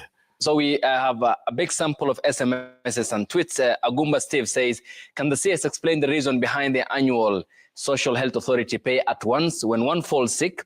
Where do they expect the common mwananchi who is poor to get the annual pay? You are so unfair to Wanjeko. Allow us to pay monthly. Tunaumia Bwana Waziri. One, I am implementing the law. Let him read section 18 of the regulation, 1 to 3, and then read section 27, subsection 3, on how to pay. Lipa, sha, pole, pole. Go through the mean testing. We have a very innovative way of paying. Okay. And so there are no cases where this can be amended, even by Parliament? No, all laws can be amended. Okay. But any insurance in the world for sustainability must be annual. Tell me which insurance premium in the world is daily or monthly. I mean, Kenyans, they need to know these things. Prince Job 55 says you have shut down 1,400 facilities and suspended outpatient to inpatient fraudulent billing. Can you share how many prosecutions or license revocations have actually followed, and what percentage of the funds recovered does this translate to? Even this media house has carried. I have shared with them. The last 27 in 12 counties I have shut down. Ask Chebet. Secondly, we are doing a very serious audit of our system. And when we finish in 2 weeks' time, we will send the files to those who turned Kenyans from outpatient to inpatient. We will recover our money. To those who did double claims. And I want to say, it's not like NHIF. We will catch up with you. We know every facility, every doctor through our digital system. Will you prosecute? That, I'm not, there are people called the criminal justice system. I'll give it to the DCI, and I'll give it, and he'll share it with the DPP.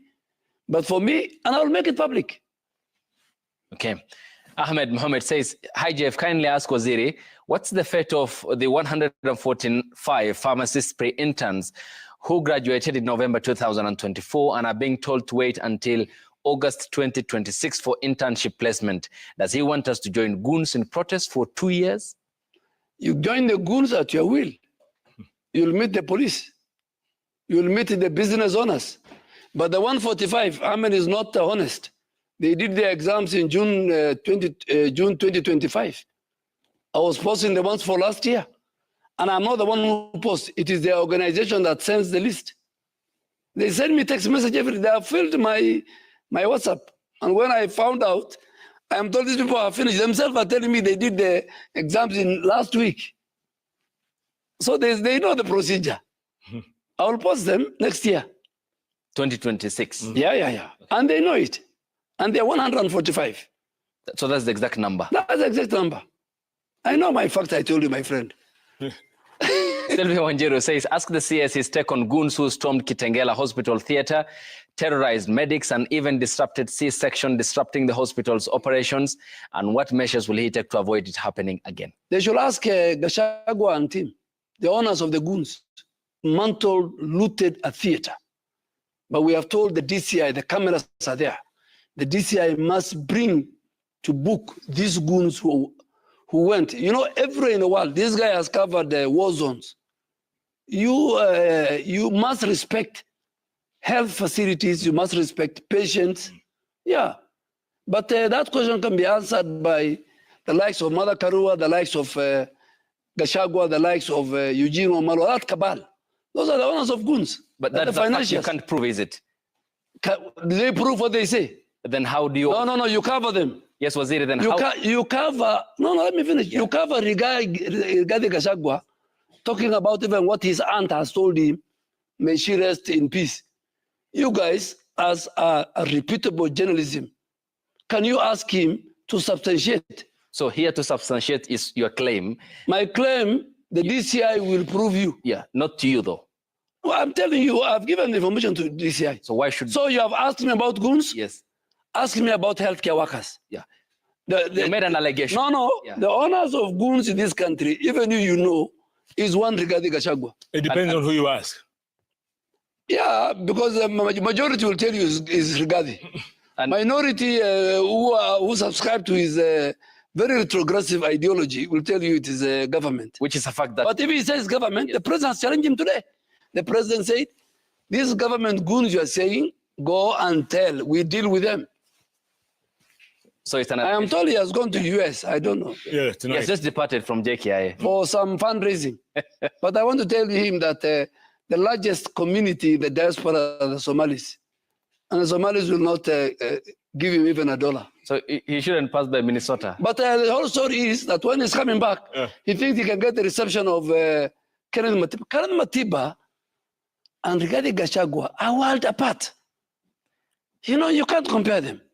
He was a very astute leader, and respectable. The freedom we're enjoying today is because of people like Rubia, like Matiba, like Raila Odinga. Yeah, okay. So Farahul says, Waziri, I really appreciate what you are doing with hospitals that are or otherwise called fake, now non-existing. Maybe you should also explain how the government needs some millions to destroy expired drugs. No, by the way, that one, I did say it. And I want anybody to bring an audio of me saying that. That was created by fake news owned by fake people. I have no business. I don't destroy drugs. I am not part of the COVID billionaires. I am reforming KEMSA, and KEMSA will not be the same again. Okay. Yatianin says, CS Duale, you recently earned the appreciation of the health union leaders who said, unlike other health ministers, Adan Duale knows his job. What is his secret, and did his predecessors fail? Dialogue, listening to people, solving problems, and knowing their right position. Healthcare workers in our country are critical pillar to the success of Taifa Care and the success of the universal health coverage of President Ruto. Okay. Mukabe Kiraguri says, kindly tell Waziri, when some of us complain, it's because we want the best for the Social Health Authority. We don't want him to get defensive. Every time someone brings a complaint, let this be truly universal coverage. Absolutely, and that's why I want to tell Kenyans, we are never defensive. From morning to evening, we solve problems. We have a call center 147, and we want them to help us even where they find a quack doctor, a health facility that is not right, where they find that the benefit tariffs are not given to them. We want them to use our call center 147. Okay. Martin Mgaza says, why is the NHIF pay bill still active when SHA doesn't recognize payments made through it? I lost 6,000 Kenya shillings in March, got a confirmation SMS, but SHA says there's no record. Your office called it untraceable. NHIF, in fact, is now defunct. The law that created the Social Health Authority and the Social Health Insurance Fund has disbanded it. So I don't know which pay bill number, and now we have an e-citizen that is paying to. I think he should report to the DCI. He's lost his money. Yeah, he lost his money, just like the way you can lose your supermarket to goons. I hope those Kenyans have insured their property. Masrin 254 says, hello, Jeff. We have issues with internship posting. Some of students left out from the internship posting. We have been there in NCK Plaza and MOH seeking another seems. Yes, I think if our list was sent, kindly consider this issue. Thanks. Yes, I think Masrin is right. And she must be talking about the Nursing Council of Kenya. This morning I had a meeting with the CEO. We have found out a number of anomalies. students, nurses, even about 19, who have not completed and they have been given posting letters. We are withdrawing. We are auditing the whole of the list of the nursing. And if the CEO of nursing and the people responsible and the training institutions, we will take the necessary action. She's very right. Okay. Danson Mukile says, we have a case in Nanyuki town where a young girl was injured in the police station and needed emergency services. Unfortunately, the person is a dependent to the father and they couldn't approve the treatment. How can such case be handled? I think for all the Kenyans who are victims of these riots and who are taken to Kenyatta, we have a fund called the Disaster Emergency Fund, which we have all paid for and we will continue paying for. And I think I need to talk to, and I can only instruct our referral hospitals. Nanyuki, we don't have a referral hospital, it's a county hospital. But our county governors are doing great in the healthcare sector, particularly where I work with them. And tomorrow I will, we have a meeting with the Council of Governors. Maybe I'll raise with the Council of Governors to establish also the Disaster Emergency Fund for Kenyans who become victims of riots. But either in Kenyatta or in MTRH or in or Kenyatta University Jaramogi. Teaching and Referral, or even in Odaya or Jaramogi, we have the disaster emergency where we help Kenyans who are in distress. Ojambo Titus 1 says, kindly ask Waziri to speak on the issue of approximately 400 nursing graduates that have not been posted for internship, mostly due to lapses in verification, with some having waited for internship for more than 1.5 years since they completed school. I think is what I've answered. We found out today issues with the nursing posting, and my people are working on it. Okay. Kamaroli says, when will the overdue NHIF payments be cleared? There are two payments. One is 0 to 10 million. Which accounts for 92% of the debts of the former NHIF, coming to about 5.3 billion. Mm-hmm. Those who owe from 1 shilling to 10 million. That we are going to pay. But the rest, I set up a verification committee, independent verification committee. Somebody went to court. I am under obligation to protect public funds. So once the court finishes, my committee will start work. Yeah. And the people who went to court, took them to court, are the same cartels. So they will not intimidate me, they will not blackmail me to pay pending bill that is not verified. That is my position. Yeah. You can take that to the bank. So if you are watching me, if you want us to finish this matter, go to court, withdraw the case, let the committee verify your claims, I will pay you. Yeah. Of the 10 million limit, how much has been paid so far? No, it's 5.3. We'll pay in the next 2 months. In the next 2 months? Yeah. It's with the National Treasury. Babu Michael says, about the means testing, how can one appeal when he or she is meant to pay 1,030 bob monthly? Many Kenyans are meant to pay that, and honestly, they are not able to. How can one fill his or her monthly transaction in 5,000 Kenya shillings and still pay 1,030 bob monthly for SHA? Go through the mean testing. We have a very efficient, innovative, digital superhighway, that mean testing, and is run and built by one of our most reputable telecom company in the country called Safaricom. Okay. So, and this is also another case which is very interesting. Beverly Vugutsa says, Esther, my girl, was supposed to go in for surgery on the 17th of June. And imagine that date we were given in February because watu ni wengi. This was at Jaramogi Odinga Teaching and Referral Hospital. Imagine I was told in order to be approved, I have to pay first for the whole year. No, I mean, surgery, you can go to any hospital. But paying the premium annually, it is not a choice for me. It is the law. And it is everywhere. I say regulation 18, 1 to 3, and then regulation 27.3 is saying government must give an innovative insurance premium financing, which we did it through LIPA, SHA, Pole Pole. Her worry is the timing, the booking time. She can go to another hospital. Yeah, so she can change. Yes. Anonymous says, yes, Duale, there are no medicines in the hospitals. What are you doing about this? I agree. Now with the refill rate for KEMSA is at 51%. KEMSA now has got resources about 10 billion. So in another 1 month, and as part of the discussion I'll have with the Council of Governors tomorrow, to make sure that in every health facility, public mainly, the primary health care which is free, the story of Hakuna Madawa kwa hospitali ya serikali will be a story of the past. So KEMSA is reforming. We are giving them resources. We are putting them under the digital health system so that even KEMSA will be paid through an arrangement between them and the counties and SHA. Are you going to get some KEMSA billionaires? No. Coming out of KEMSA billionaires are around. They will look for another ministry, not in KEMSA or health. There are some, and they are very powerful people. Yeah, but they got state protection that time.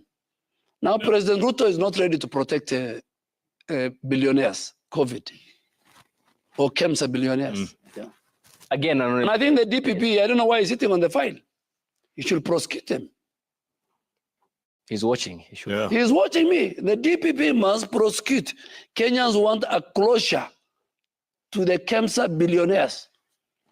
Because they stole from my institution. I was not the minister then, but now I am the minister. Okay. So, but DPP, please, you know them. They have titles, some of them. Some of them are members of parliament. Some of them were very powerful in the previous regime. Please get those people. That is the only way the people of Kenya will have confidence in the office of the DPP. I want to ask, says Anonymous, about the salary of community health promoters of the counties. Some have not been paid 10 months salary, of which CHPs have done a lot of work. Very true. There are very few governors. I have talked to the governors. The governor of Taveta confirmed to me last week. I was there on Friday. 6 months is paying them this week. The other governors, there are very few. And we are talking to governors. And I want to say, in the health sector, I am so much proud of the 47 governors and the staff who work with them. Because we have agreed together for UHC to succeed, for us to have health reforms. Health is devolved. I have no choice as a minister. Without the Council of Governors, I will not achieve the dream and the plan of the president. This is from Kisi. It was part of the question you responded to. And some feel UHC workers, they need to be paid their gratuity when they look for other alternative means of livelihood. They feel the government keeps shifting the goalposts. Their contracts will be ending in May next year. It was the case of Kisi. No. It is them who are shifting the goalposts. When they hear now, I want to give them permanent and pensionable. They are now taking me to gratuity. Your gratuity will be turned to a pension. They need to read the law. And it was the PFM Act. The next financial year? That is the contract. So I'm terminating that contract. The contract is ending in April of next year. So I want to terminate that contract. The Council of Governors, they have contracts with the counties. It will be terminated after we do verification. And then we transit them. The Council of Governors, through their Public Service Board, will transit them into permanent and pensionable, and the payroll will be with the counties. Jeff, does the CAS know Kiambu County doctors and consultants have been on strike for the last 3 months, and SHA is not working as outpatient in level 5? No. There's no way SHA will work in level 5. Okay? But primary health care cannot work in level 5. SHIV works in level 5, part of level 4, and level 6. On the strike in Kiambu is real. I have gone out of my way. I'm talking to my governor to have a dialogue and a session with the union leadership. And I have a lot of respect for Governor Wamatangi. He has been a colleague of mine in the Senate. And I'm telling the unions to give me time. I will talk to him. Dialogue is the way to resolve industrial dispute, particularly in the health sector. And we did the same. We had same in other counties, including Kakamega, Lamu, and all we have resolved. At Kiambu, we are going to, the health care of the people of Kiambu is important, and I'm sure the governor and the leadership of the union will come to. Even my interns were not happy when I posted them in Kiambu County, our interns. But we have told them they have to go and work because they are paid by the national government. And by then we are paying them 2008. I saw the nation say, Duala mewadanganya. I am paying them the rate that they said, the 206. In fact, 208 with some inflation. Bore Collins says, ask Waziri, with rising mental health concerns among the youth, is there a plan to ensure mental health services are adequately covered under SHA? Absolutely. I think it's one area, when I went to Ministry of Health, a lot of consideration was not being given. Mental health is a serious issue, and the men and the women who work at MOH and our counties, we have agreed that we must have scaled our programs and resources on how to address mental health and this is a report we are getting from even our community health promoters on the ground. When they go to households, they are reporting high numbers in terms of mental health. Farah says, ask Waziri, why are they also deducting the SHA money from Inua Jamii ya Wazee? I have a neighbor, imagine receiving 2,000 Kenya shillings.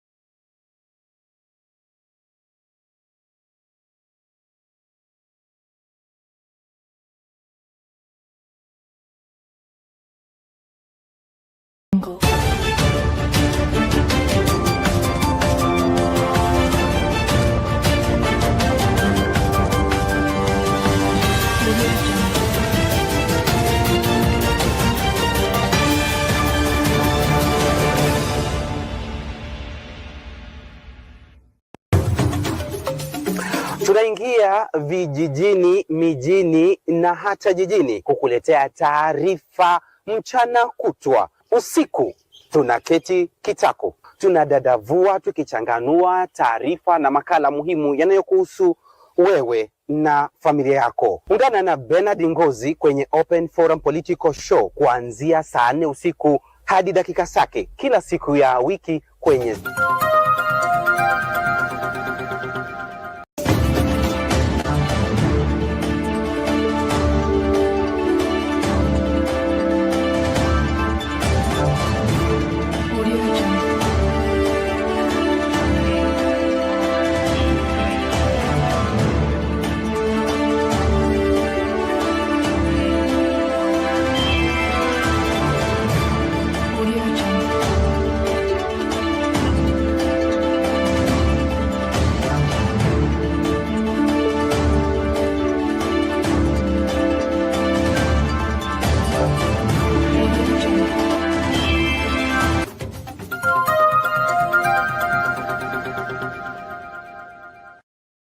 Tonight, the show that gives you an opportunity to air what you feel and think about the latest development on our political front. Well, a lot is taking place so fast. Therefore, everybody must work hard to stay on the cutting edge as far as making sense of our politics is concerned, and of course, remaining on top of all matters. Tonight, this is Sound Candid Talk Live.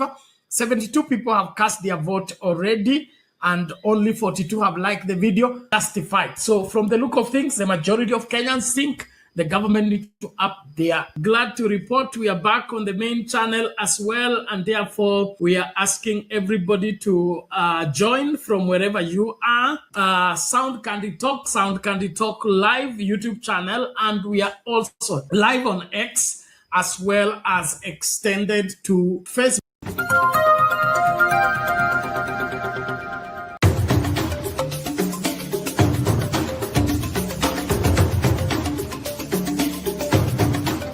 You are watching Sound Candid Talk Live.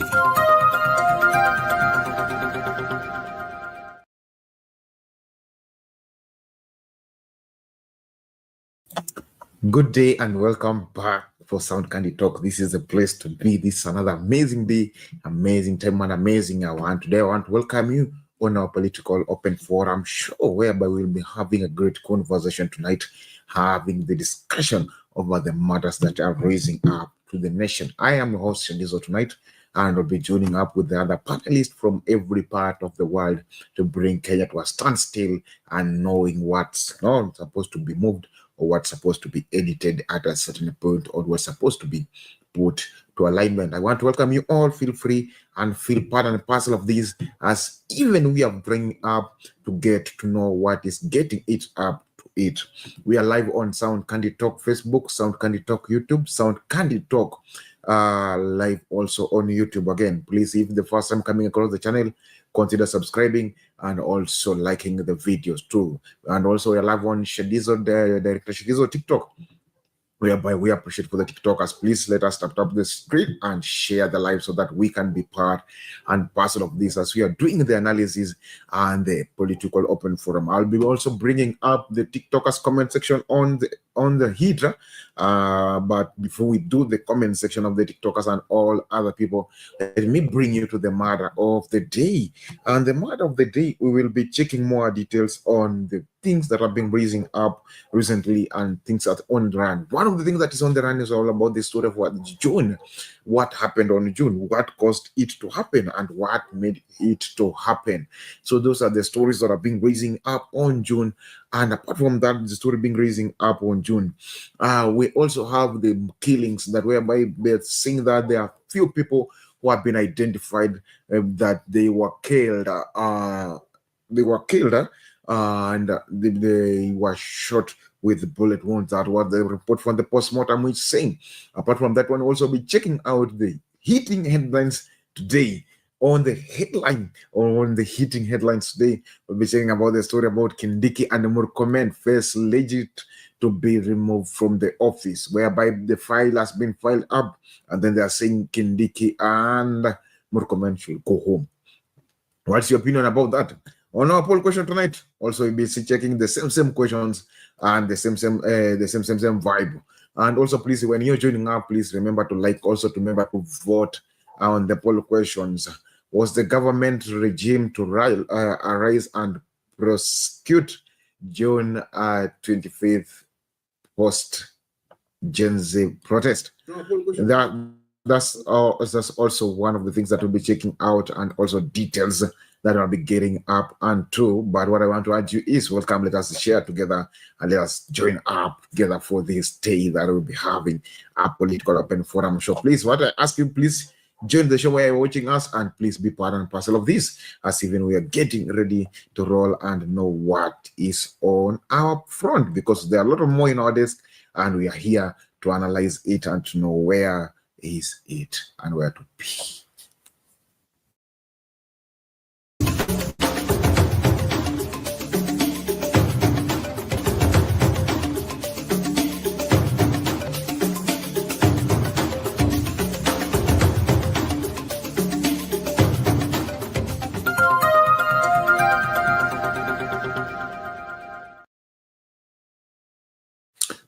Thank you and welcome back. This is Sound Candid Talk, the place to be and the home of everyone and home of everybody and home of every Kenyan. Please, I ask you once again, if the first time coming across the channel, please consider clicking your key network subscribe, and God will bless you. Okay, let us move to our discussion tonight. We'll be checking out the updates of the day, which I'll be briefing you briefly shortly. But apart from that one, I'll be moving fast so that we can have the discussion of the day. Yesterday, you check about the story of Matiang'i for president. Do you feel Matiang'i is ready for president? That's one of the stories that people have been checking out, and it's the story that's been running out too. Apart from that, obviously the updates of the day whereby the Kindiki spoke today, and without controversial, we heard it also. From the Kindiki stories, we see other people that, like for example, the family that confirmed that the postmortem say that the people who died from the few people who died from their place were shot to death. So that also another intriguing story that I want to check out tonight. And please listen to you and listen from you. What do you feel is it, or what do you feel that is going across to it? So let's begin our conversation from the point of the stories of the people who are shot. This is the video. Let's watch now this. The mystery surrounding the disappearance of blogger Ndiangui Kinyagia deepens as the Directorate of Criminal Investigations denied holding him despite a court order to have him produced in court on Tuesday. DCI Director Mohammed Amin instead asked Kinyagia to surrender to the closest police station as he was a person of interest of alleged publication of inflammatory content on his social media accounts. Miriam Nyambura with the details. It's now been 10 days since the mysterious disappearance of blogger Ndiangui Kinyagia, with all attempts to establish his whereabouts remaining unsuccessful. The mystery deepened even further when DCI boss Mohammed Amin stated that Ndiangui was not in police custody. So mine is to confirm to Kenyans that Ndiangui is not under the custody of the National Police Service.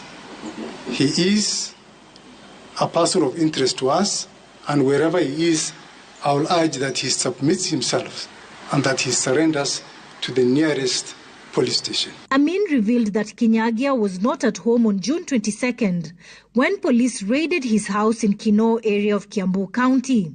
Kinyagia was a person of interest to us.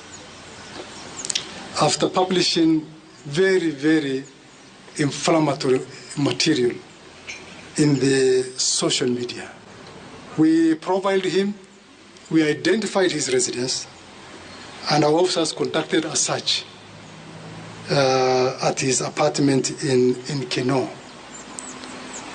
Unfortunately, he was not in his apartment.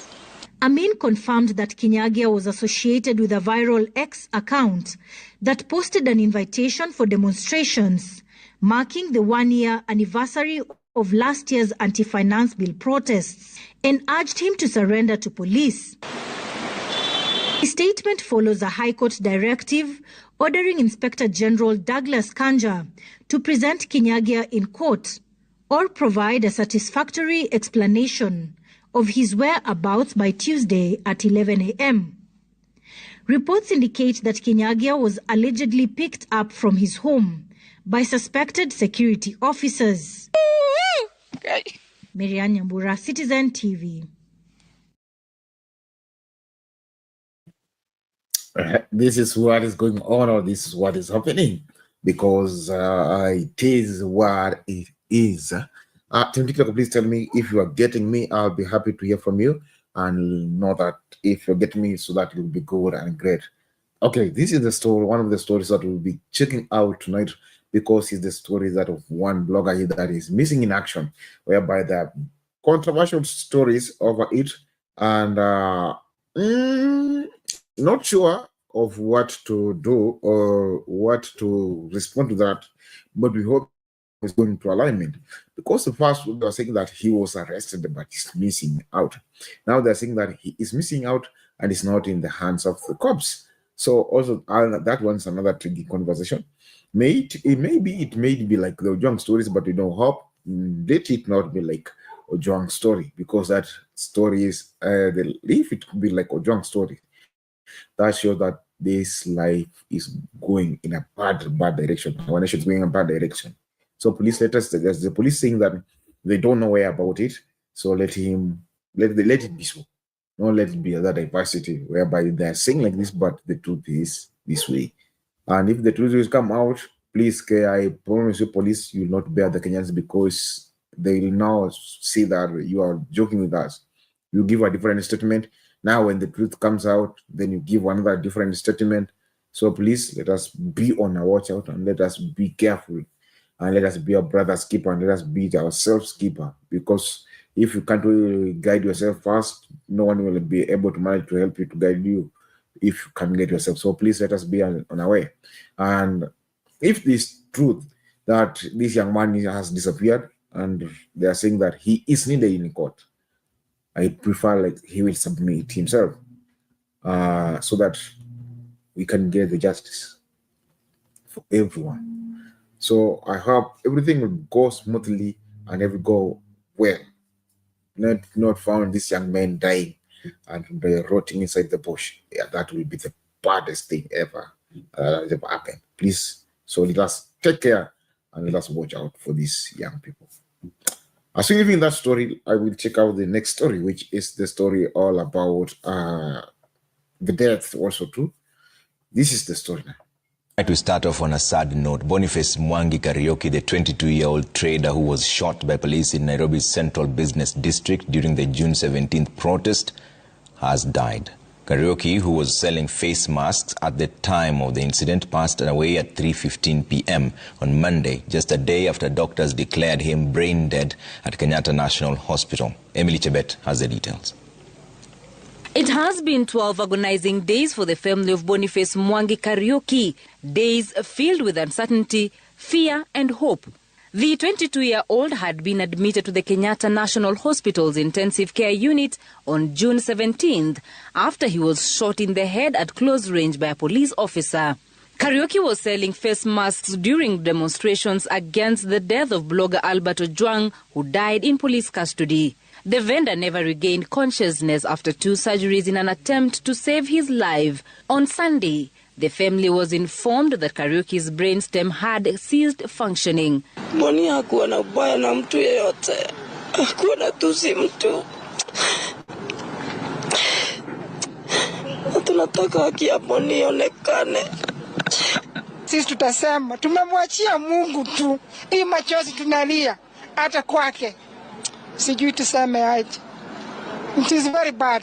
The news of Kariuki's death adding salt to injury to a family that is already facing a hospital bill of over 3 million shillings. And even though the government promised to settle it, they are afraid it was only by word of mouth.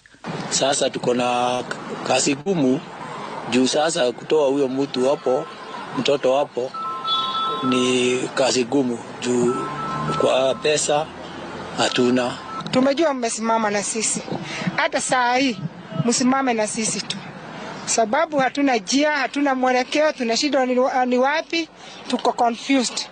Totally confused. Totally confused. During an interview on Citizen TV's Daybreak, former police spokesperson Charles Owino claimed that the deceased could be heard in a video clip insulting the police officer. If you listen to that clip closely, you'll hear that boy abusing the policeman.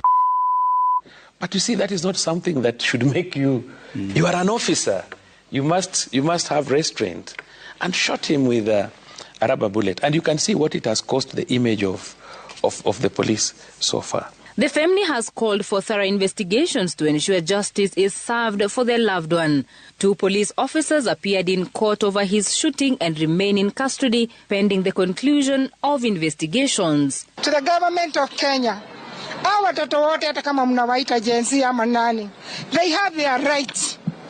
Kwa hivyo, kama uko na mtoto kwako na unamsikiza, hata akiwa long hauri, unamsikiza, hata hawa watoto wasikizeni. Emily Chebet, Citizen TV. Thank you and welcome back. That is story of the young man who was shot the previous week. Now they are crying, and the family is crying too because they're saying that their son, they are doubting if they will get the justice for their son, because with the nation or how everything is going out, they are so worried because if they will manage to get the justice or the justice will not be there, because they are facing a debt right now. They are facing other challenges too. And despite facing the challenges too, they are hopeful that something shall come out. The mother is complaining, they're saying that we don't even have the finances enough so that we can bury our son. Also, we have seen now the family getting into another debt of 3 million, and they're saying they're worried because the government said that they will settle it, but they're worried that they may be settling it by the word of mouth, but not the word of action. So, what is your take about this? Do you feel the government will help these people to do it? Or it's just their story? Or they just name that, hey, bora ipite, we forget about this story? I'd like to hear from you, and I'd like to hear from your sides too. Let us have the communication and see what to do. Will this young man get justice? Will this young man evolve out? Will his body be buried? Because the family say they can't get out their son from the mortuary because they have been inside the dam. So I would like to hear from you, and I'd like to hear your opinions too. What is it from your take, and what is your opinion too from your side? So you're moving on swiftly. Love to hear from you. Love to hear from everyone, from every Kenyan, from wherever you're watching us from. Please tell me, let me know where should we go, or what should we do, to make sure that everything is aligning itself, to make sure that everything is standing to us good side, not an awkward side. Let us stand out. Let us be there. Let us just want to hear from you. I just want to listen from all Kenyans. Just want to listen from every one of you. Please let me know what is your opinions too, because your opinions matters too so much. I want to hear from you. I want to hear from every one of you. Please, as even we are joining up to move on swiftly. Let us continue moving on swiftly, because this day I tell you that there's so a lot of murder cases that are moving around. This is another one. Deputy President Kithure Kindiki and Interior Cabinet Secretary Kipchumba Murkomen are in trouble. Post-mortem results have confirmed that 2 protesters killed during the June 25th demonstrations in a Mali town that's in Makueni County died from gunshot wounds. The grim findings have intensified calls for justice from heartbroken families, now demanding answers and accountability from the authorities. Meanwhile, several other bodies of protesters killed during the unrest remain at the Kenyatta National Hospital Funeral Home and City Mortuary, with their post-mortem scheduled for Tuesday. Ode Francis has more.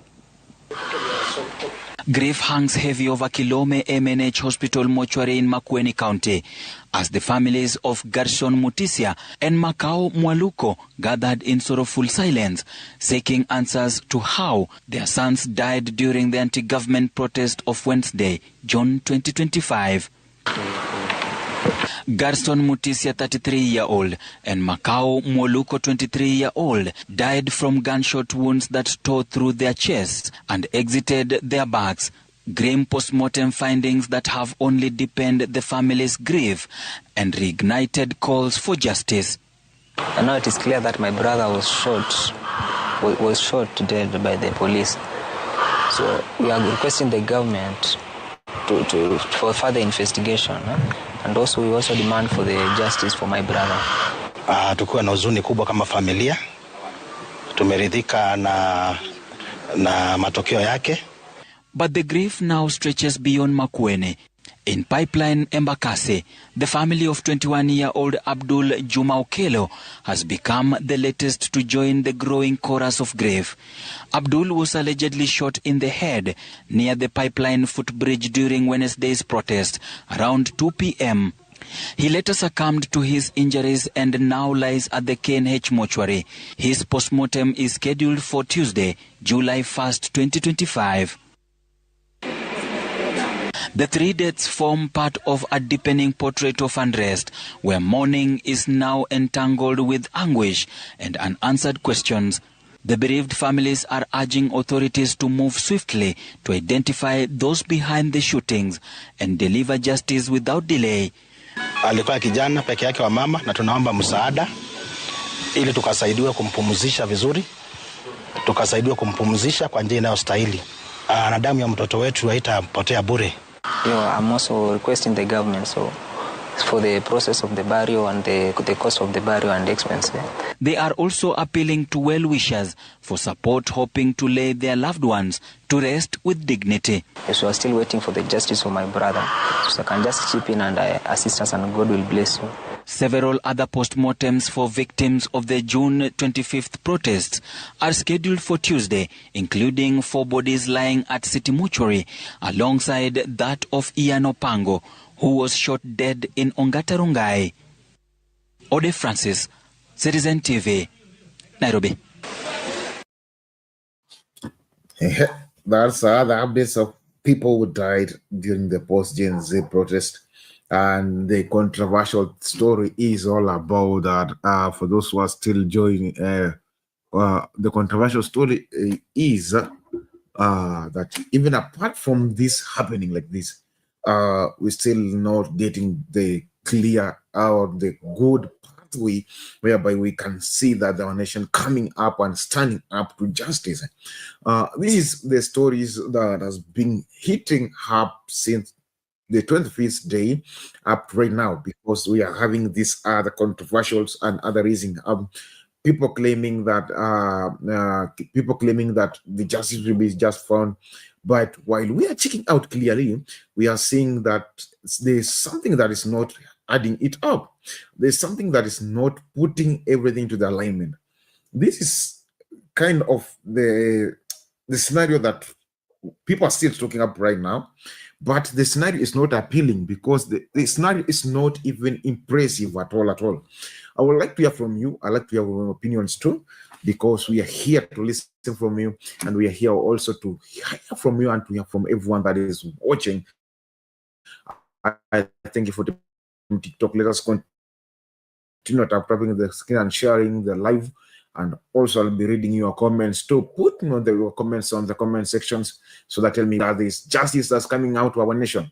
Do you feel that our nation is raising up to another standard where that we will be going to the protest and protest peacefully and then come back home without people dying? Because the first time we went the protest, people died. Now also this June also 26th, 25th, whenever people went out, people died, and others are still looking for justice because after the post-truth, meaning they didn't die, just died the natural death. So this is the stories this is the saddest stories that are popping up in our nation because of all things that are moving around. And I would like to hear from you and from that other person also too, telling me that where do you feel that we should take this nation, or what do you feel will happen for these bodies that are shot dead and being put inside city mortuary and others still in post-mortem, because they're saying the other bodies, the post-mortem has been postponed. Why do you think that this post-mortem is being postponed but not happening today? Also, I've seen there are other videos that are playing over the death. This is the other young man who was shot the closer or the close range. And now they're declaring the man is dead. The family is inside the tragedy, the family is inside the crisis, trying to figure out how they will bury their own son, trying to figure out how they will come through and get the life of their own son. So it is also another story that's making them feel like we have been abandoned. They're saying that the government promised them that they will pay the bill, but they are fearfully because they feel like the government will not fulfill the promise. I would like to hear from you, and I'm seeing Bernard is already with me, with us inside the studio. We'll be rolling with Bernard. Also, we'll see the team TikTok that are still joining up. I will be bringing also them on screen also to give us the opinions too. But let us first begin with Bernard. Bernard, how are you? I'm good. Thank you. Good day to everyone. How is diaspora? Diaspora is good. The temperatures are low. I also in Kenya, the temperatures are low.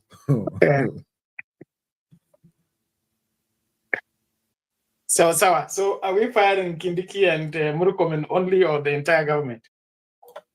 We were checking first on the entire government, but first we begin the story of those people who died, or the people claiming for the justice. We have seen the first video that I played. You are not in earlier. It was all the one woman crying about his kids that were shot And then they say that after the post-mortem, that's when they noticed that the kids were shot. They didn't died naturally. Apart from that one, you see the Elvis who was shot on head. The family complaining, saying that they are fearfully because they don't if they will get the justice. So also that's another part we are checking out. So we have seen like a couple of some few stories raising up about the justice because the people are worried that they will not get the justice. What do you feel should be done so that the justice could be found for everyone who was protest on 25th and didn't manage to get out of it? Yeah, it's a sad day in our country that the quest for justice keeps increasing with every passing day as the people who are committing the injustices are in control of the nation, I would say nation affairs, which in my opinion puts the quest and the outcry for justice in a very precarious situation that the person killing you is the one you're supposed to go to look into your case and give you justice. Like it say that if the, what is it called? If the bananas have to go for justice from the monkeys, and the monkey is the judge, will the monkey decide that the bananas should not be eaten by monkeys? He will not, because bananas and monkeys are words. The monkeys have to rely on the bananas, and so any law they will establish or any ruling they will give, it has to be in favor of the monkeys, since the monkey is the judge and the monkey is the prosecutor and everything else. Now, it is one very sad, and our hearts and prayers go for those families that are affected by this. And just give one undertaking that it is said that justice delayed is justice denied, but one day this will be over. One day this will be over, because the carelessness and the haphazard approach towards the killings that have taken place of late is unforgivable. Unforgivable in the sense that being given a gun, it is a huge responsibility. It is not like Murkomen was talking, guns are not toys. We know guns are not toys, but to whom much is given, much is required. Now, if the guns are meant to kill Kenyans, then there is no need of having them in the first place, because they are a risk to life. The guns are supposed to be given for the defense and protection of Kenyans at all costs.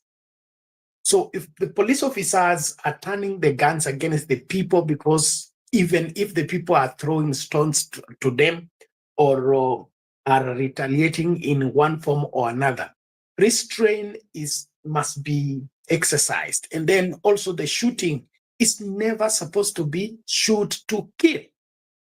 It is shoot to maim, shoot to immobilize the person so that he can be arrested and arraigned in court of law. That's what the law stipulates.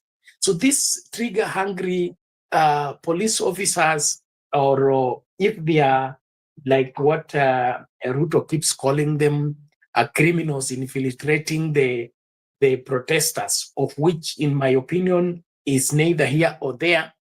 The truth is the guns are in the hands of the police, and the police are out with guns on the protesting day, and the police are the ones interfering with protesters. We have had peaceful demos until the police throw tear gas, gangster in the midst of protesters to disperse them. And that is when things get out of hand. And then also this haphazard shooting, whereby innocent children coming from school get shot mama selling their wares are shot. Somebody waiting for the bus gets shot, and the shooting is fatal. They're shooting to kill. So, what's going on here is a deliberate attempt to instill fear in Kenyans by killing a few. And this is crimes against humanity, just to say clearly. These are crimes against humanity, and criminal acts, especially by the state, are prosecutable. While you think that you're in power, you can't be in power forever. And as soon as you leave office, we're coming for you. So let nobody think that they're in power and they will remain powerful and Kenyans have to pay homage to them. It is sad. We should not be talking about, you had that story of the street boy who said he was hired to transfer bodies from, I think, some supermarket or something. And he says he counted, there were 32 bodies. Okay, so the government is giving the whatever, the figure of 19, but this boy says he was hired to carry those, whatever, facilitate the transferring of those bodies, and he counted 32. So one day of protest, we have 32 gunned down. That is not a country. That is not a civilized Kenya. That's not the Kenya we are proud of. Let's talk about 2 or 3, 32 in one day. All of it because of what? Something is out of joint. And so we really need to get our act together as a country, and all the players must be on alert. The politicians, the religious leaders, the civil society, and everyone should not be sitting pretty. William Ruto and his administration need to be under fire right now. Those are 32 lives. 32 is not just a number. We're talking about fathers. We're talking about future leaders. We're talking about the destiny of this nation. And so it really breaks my heart to have a government that looks at dead people in the hands of the police as nothing. And they treat people being gunned down in the protest as nothing. That's not what belongs to a civilized nation or a civilized whatever society. We must, as a people, take serious one life being taken down. 32 is too much. So what's going on, and the attitude of the government is leaving a lot to be desired, and it's heartbreaking that the government is treating this lightly. And the Minister for Interior is talking about shoot anyone who comes near the police station. So it means it is a script, it is a deliberate order that the police should kill. Now, that is not what the law stipulates, and that does not belong to a civilized society. So those people who are barbaric, it is a primitive, want to govern this country through primitive means of trying to intimidate and kill Kenyans, must be held to account. And so no Kenyan should accept this as normal. It is not normal for government to kill people. It's not normal for police to shoot to kill. We are not at war, and we are not in the midst of war. And even in war, you can't go out there to kill. You can fight by arresting and putting under control all that are perceived as enemies. But this, whatever careless killings, this is careless and it should not be forgiven. And so William Ruto and his team must be held to account to this, either now or hereafter. Thank you. We have heard the story of this story that's been raising up, also which are really Murkomen into it's a break trouble to Murkomen because of this the 25th Mandamano. It's the one that even making people that saying that Murkomen is not worthy of being in the office, but he should leave. Even the churches, the church leaders have come up together and saying that the Murkomen is not worthy. Muslim leaders that have come together and said the movement is not worthy. What do you say about it because of even this collection or the spreading of the guns, that the gun that which was taken to the police from the police station, and then they'll say the G3 has been used to do some murder, some robbery or some killings in Nakuru there. What can you say about that? The Murkomen is unfit for that docket and other dockets that he served in. You see the way he has been reshuffled around, moved from transport, taken to sports, now he's in interior. He looks like an experiment that William Ruto is doing on Kenyans. His careless mouth that has landed him in problems is inevitable. Inevitable in the sense that he has not learned the difference between being a cabinet secretary and being a normal politician. That aside, the incompetence of the William Ruto administration is visible to every seeing eye. And so what I really need to encourage is that Kenyans should not relent. People should begin to answer for their actions as well as their words. Let them be held to their statement and be able to defend themselves against the law. In my opinion, Murkomen has crossed the line and he needs to, suffer the consequences thereof. If there are no consequences when somebody breaks the law openly, then the law loses its grip on the society, loses its grip on the nation. And that is the beginning of the falling away of great governments and great society. So if the rule of law is selective, we will end up throwing away everything. And this is something that elderly Kenyans can remember very well. During Moi's era, in the 80s and in the 90s, nobody was going to court. The judiciary had been sidelined, not sidelined in the sense that it had been taken over by the executive, and nobody saw that justice is coming from the judiciary. It was the new constitution that has breathed life into the current judiciary, that Kenyans are now confident going to court because they believe they can get fair redress of their issues. And so we can draw lessons from our history to avoid making history repeat itself in our country.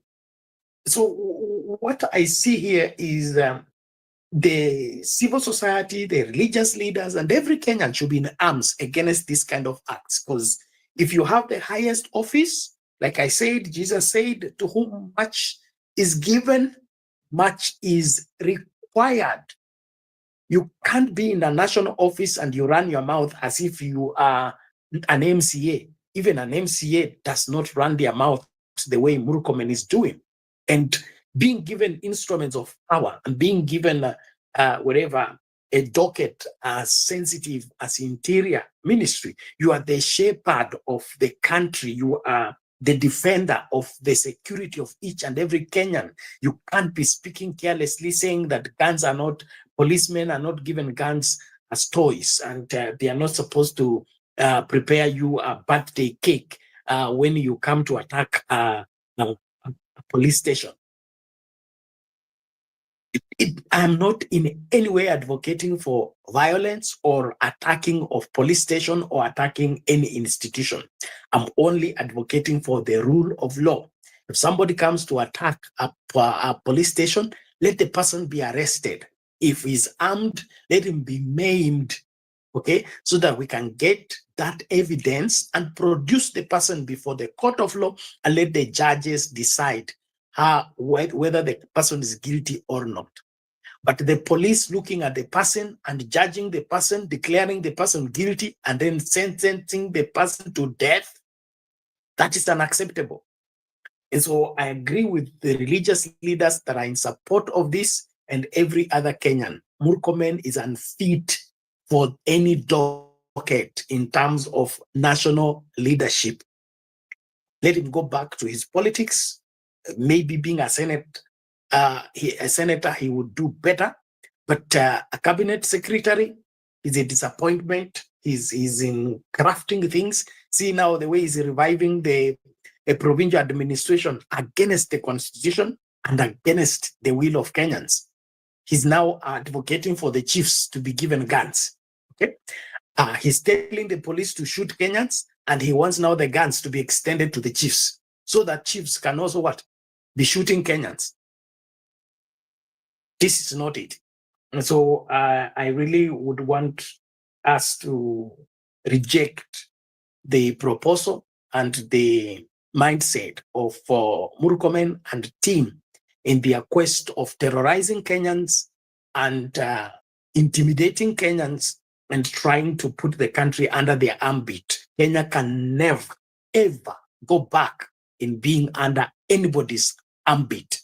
The only place where Kenyans and Kenya can function is under the constitution, not under Ruto's ambit, not under Murkomen's ambit, not any other political party's ambit. We must all be the same in the eyes of the law and let the law rule the country, not an individual. I rest my case. Benara speak much. I want to welcome you all. Feel free, Team TikTok, let us tap the screen. We are still low on likes, and I will also be sharing your comments too. Please let us continue sharing up our comments, Team TikTok, so that we can have something to involve with that. And Bernard, you have speak about saying that Murkomen is not fit towards it, and the other time back then, Murkomen said that he's not giving out the guns as toys. Do you feel like he's making harsh words? Because even that time when he was saying that he's not giving the awards, he was shouting to another woman. The woman said that the police station has been done, and then he's saying that you are speaking it like that, but which is not good. And then he said, "Woko na pesa ya kutengeneza police station." Do you feel it's the right term for somebody who is a leader, even when you are addressing the nation, the public, and then somebody saying that you are saying something that's not right? Is it the right way to answer, or is not? Is it, or how it's supposed to be done? Exactly. The Bible says that from the overflow of the heart, the mouth speaks. And I think what is his name? He said that the level of thinking that created a problem cannot be useful in solving the same problem. We'll need a better thinking that is higher than that to solve the problem. We're in this crisis because of the decisions of Murkomen and his team. Okay, remember the police and the security sector is under his charge. And so that level of thinking that has created the shooting, the police who are shooting to kill, that has created an environment where the safety of Kenyans is not a priority and the welfare of Kenyans is not a big deal, cannot be now the one we are going to get the solution. He's talking like that because he's defeated. He's talking like that because he has run out of options. Having money to build a police station, or rather restoring a police station, should not be an issue for the public in the first place. What happens? What caused the people to go and lynch a police station? When the police station was when there was planning for the lynching of the police station or torching of the police station, where was the NIS? Because NIS is supposed to get that information and hand it to the required people. And then the people who are coming to ban the police station should find the police ready so that they can abort the intended ill against a police station. Murkomen going to the public to tell them that the money to build or restore a police station is not available, it's a manifestation of his incompetence. It shows that he doesn't know what he's doing. He has been given a docket that is too big for him, and he's there to be he's there to, you know, to earn the salary. Let me just put it clear. He's there to make the money, but not to safeguard Kenyans. One thing I can see from the William Ruto administration is that they want to be babysit by Kenyans. They were given responsibility to take care of Kenyans, protect Kenyans, you know, see to it that everything is well with Kenyans. It is their responsibility. But now they have turned that upside down, whereby they want Kenyans to protect them. They want Kenyans to shield them. They want Kenyans to worship them. That's not the whole essence of them being in power. The number one reason why they are in power is to facilitate the welfare of Kenya. Now, turning their guns against Kenyans, it is contravening everything about them being in power for the right reasons. So telling a woman that she doesn't have, does she have the money to build a police station? The issue here is not even a police station. We can close all police stations for the 32 lives, if that figure is anything to go with. One life of a Kenyan being lost is too higher price than any building of any police station. So if the lives being lost is not important to Murkomen, and the only thing important to Murkomen is a police station, Murkomen should be locked up in a police station. Let him stay in the police station, since he wants police station to be more valuable and more important than the lives of Kenyans. We cannot have that as a standard of checking things. I mean, let's get our act together, our priorities right. Protecting lives and preserving lives is priority over anything and everything. We don't even need State House. We don't need Parliament. We don't need any of these things if they are endangering one Kenyan life. So if a police station is not being used to protect the people, that police station is not necessary. And I'm not sending anybody to go and ban any police station. But if Murkomen is talking like that, then Murkomen is the problem. Let us not look for another problem. Murkomen is the problem. Let him be solved by being fired. We don't need those kind of people in public office. And how do I now, if now I'm threatened, how do I now run to Murkomen and say somebody is threatening my life? It is more dangerous to run to Murkomen, because Murkomen has given out guns and he has told the police those guns are not toys, and use them to take on Kenyans. That's irresponsible. We can't have that kind of thinking. And so left for me, Murkomen should not be in that office one more day. And not only that, the Ruto administration is a disappointment. And I saw something like Ruto has been voted for to be the best president in Africa? I don't know. Okay. What's it? Before bringing in Jacinto, let us watch this. This happened today at Kibra's law court, whereby those people were taken to the court so that they were being alleged that they caused destruction during the Maandamano. They stand still to condemn, or to stand still to defend themselves, because they were standing up for the rights of Kenyans. Let's watch out this before we come back to the story of taking Murkomen out of the store, out of the office.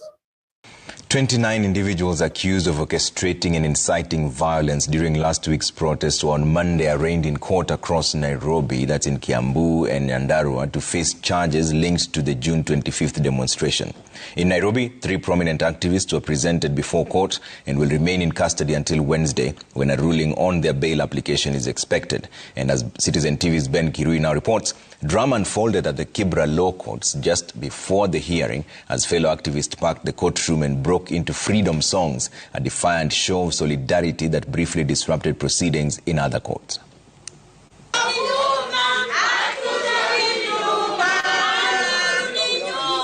They broke into liberation songs inside the Kibra law courts just moments before the case against the 3 detained activists was set to begin.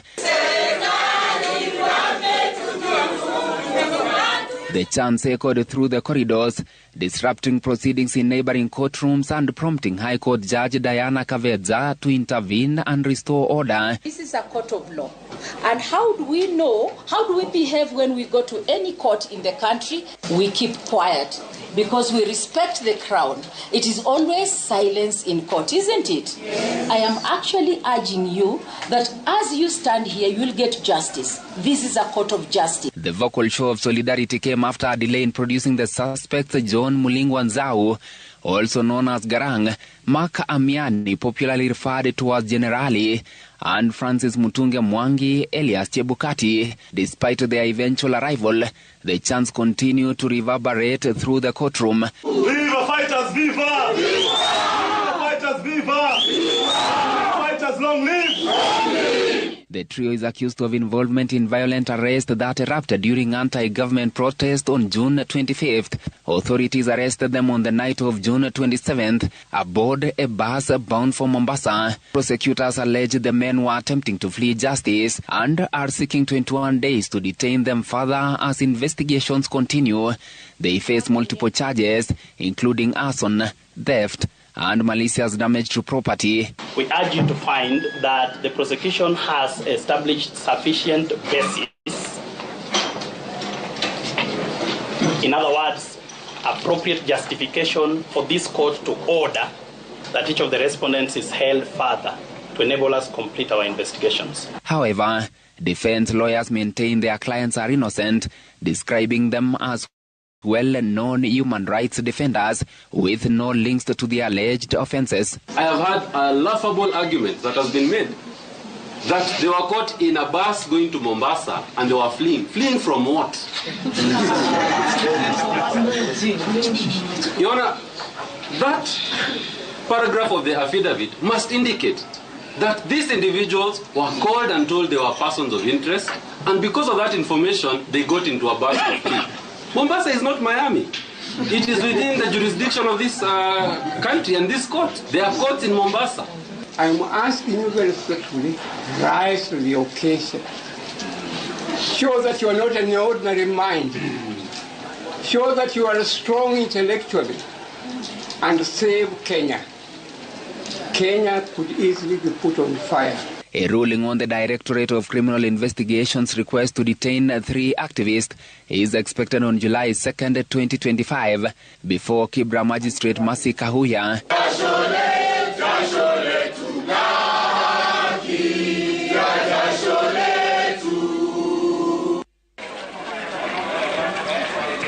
Meanwhile, in Nyandarua County, 18 out of 19 individuals arrested during the All Kalau protest are also awaiting their fate. Chief Magistrate Judy Castor Nduko is scheduled to rule on Tuesday on whether they will be granted bail. At one point, the investigating officer struggled to explain how a 16-year-old student from Huruma Secondary School was detained in the same police cell with adults. The court ordered his unconditional release, but he is expected to appear in court again tomorrow. In Kiambu, 7 individuals were arraigned at the Kiambu law courts in connection with the violent demonstrations of June 25th. They are facing a range of criminal charges including arson, robbery with violence, shop breaking, and theft. The court ordered that the suspects be detained for 7 days to allow police to complete investigations. Ben Kirui, Citizen TV, Nairobi. That is the police that arrested a 16-year-old boy and keep him in the cell of other people elders. I'm wondering, as Jakinto comes in, when you are being arrested, do you normally give your details at the OB as they are writing it, the OB for you? How come that you are being arrested, but they don't? The police can't say that you are a 16-year-old boy? Yet you just been put together with the other people, meaning there's something that's not adding up to with our police force. You are so, meaning even the allegations, meaning that maybe some point they are not the truth allegation. Let me listen from Jakinto Bay. Jakinto Bay, Aligan. Salama sana, salama sana. Umepotea sana bwana, umekuwa wapi? Nimekuwepo tu, hali ya masomo nimekuwa niking'ang'ana na mwili ijakuwa ikihisi vizuri kidogo.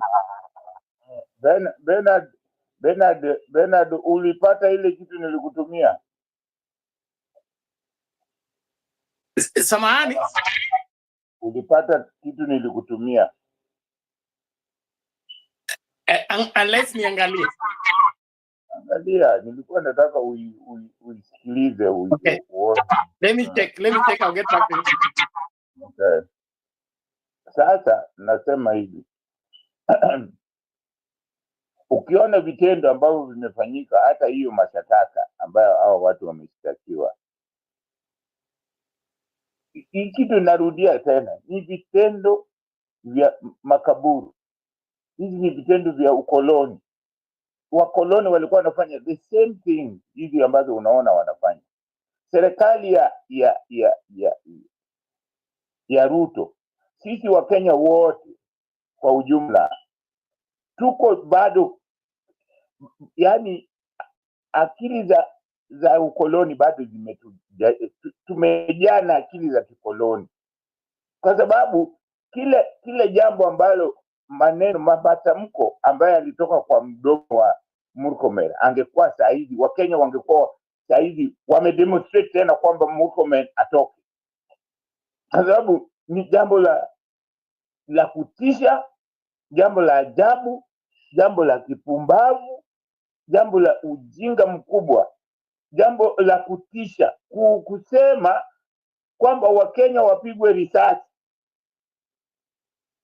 Ni kama mkoloni anasema, mkoloni alikuwa anasema namna hiyo, na we Mkenya unasema the same thing. Mkoloni alikuwa anasema Mkenya akipita popote, akipita kwa reli, akipita shamba eti ya mzungu, na shamba hiyo ni shamba ya Mkenya, anapigwa risasi. Sasa police station ni mahali, ni hiyo police station ni yetu, pesa zetu ndio zimejenga hiyo police station. Hiyo police station ni yetu na imewekwa hapo kwa manufaa yetu. Alafu mtu anasema tukionekana karibu na police station tupigwe risasi. Huyo mtu angekuwa tungekuwa wote wa Kenya, kama tungekuwa kweli tumejikomboa kiakili, tumejikomboa katika tumetoka katika ukoloni, chini ya ukoloni, tungekuwa huyo Murkomen hangekuwa kazini sahihi, angekuwa amesha resign kitambo. Lakini nani umesikia amefokewa na nani ya resign? Nani ameitisha kwamba Murkomen atoke? Ameitisha, wacha nikuchezee video uone. Imeitishwa dakika moja tu, wacha nicheze video uione. Tumesema tutaki nani kwa ofisi. Deputy President Kithure Kindiki and Interior Cabinet Secretary Kipchumba Murkomen are in trouble after a petition was lodged at the Law Society of Kenya pushing for their removal from the role of advocates over alleged gross misconduct and violation of the Constitution while handling protesters respectively. Now this comes even as the Council of Imams and Preachers of Kenya called for the removal of Murkomen from the Interior docket, arguing that he is unfit for the job. Seth Olale has more. In his motion seeking to strike off the role of advocates, Kithure Kindiki and Kipchumba Murkomen, the petitioner Kefa Ojijo argues that the two public officers are advocates of the High Court, but have acted contrary to the Code of Conduct of Advocates and in a manner that extremely demeans the profession.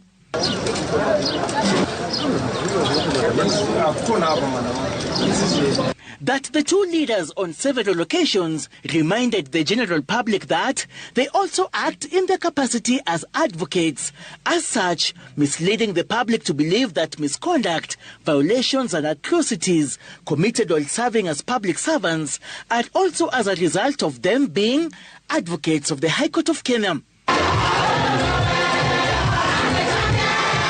The petitioners further argues that the two leaders were the Cabinet Secretary for Interior during the first and second Gen Z demonstrations in 2024 and 2025, and that it was during their tenure there was the highest form of police brutality, leaving young innocent Kenyans dead, maimed, abducted, with the numbers still missing to date. At the same time, the Council of Imams and Preachers of Kenya, CIPK, is piling pressure on CS Murkomen to resign over his recent utterances, calling for the shooting of protesters at police stations. Tunasema kwamba hata kama inawezekana atolewe kwa ministry apeleke mahali kama sio kufutwa. Kama hawezi kufutwa basi atolewe kwa ministry, atafuta mtu ambaye ana busara. Wizara ya Ulinzi imemshinda na kila Mkenya ajua halo imemshinda. Hii nchi inahitaji amani. Tujaribu kila jambo tunaloliona hili litaondosha madhara na maafa, tuepukane nalo. The Council of Imams and Preachers of Kenya further calling for dialogue between the government and the youth in order to address challenges facing the younger generation. Seth Olale, Citizen TV. Lakini umeona mambo vile imefanyika. Sijaridhika kwa sababu hao ni watu wachache sana ambao wameomba hiyo. Ni watu wachache. Kusema Kenya mzima, watu wa Kenya hawakuona. Kenya mzima imeona. Kila sehemu ya Kenya ingetisha hao watu watoke. Hiyo ndio vile sisi sasa tunapiga sauti hapa. Kila mmoja angepiga sauti watoke. Watoke, tungekuwa na hata maandamano tena nyingine ya kutaka hao watu watoke. Kwa sababu tusipolinda hizi vitu, hakuna kitu tutapata kwa urahisi. Tusipolinda hizi, wewe wakati tulikuwa tunataka multi-party section 2A ulikuwa bado hujazaliwa, sivyo?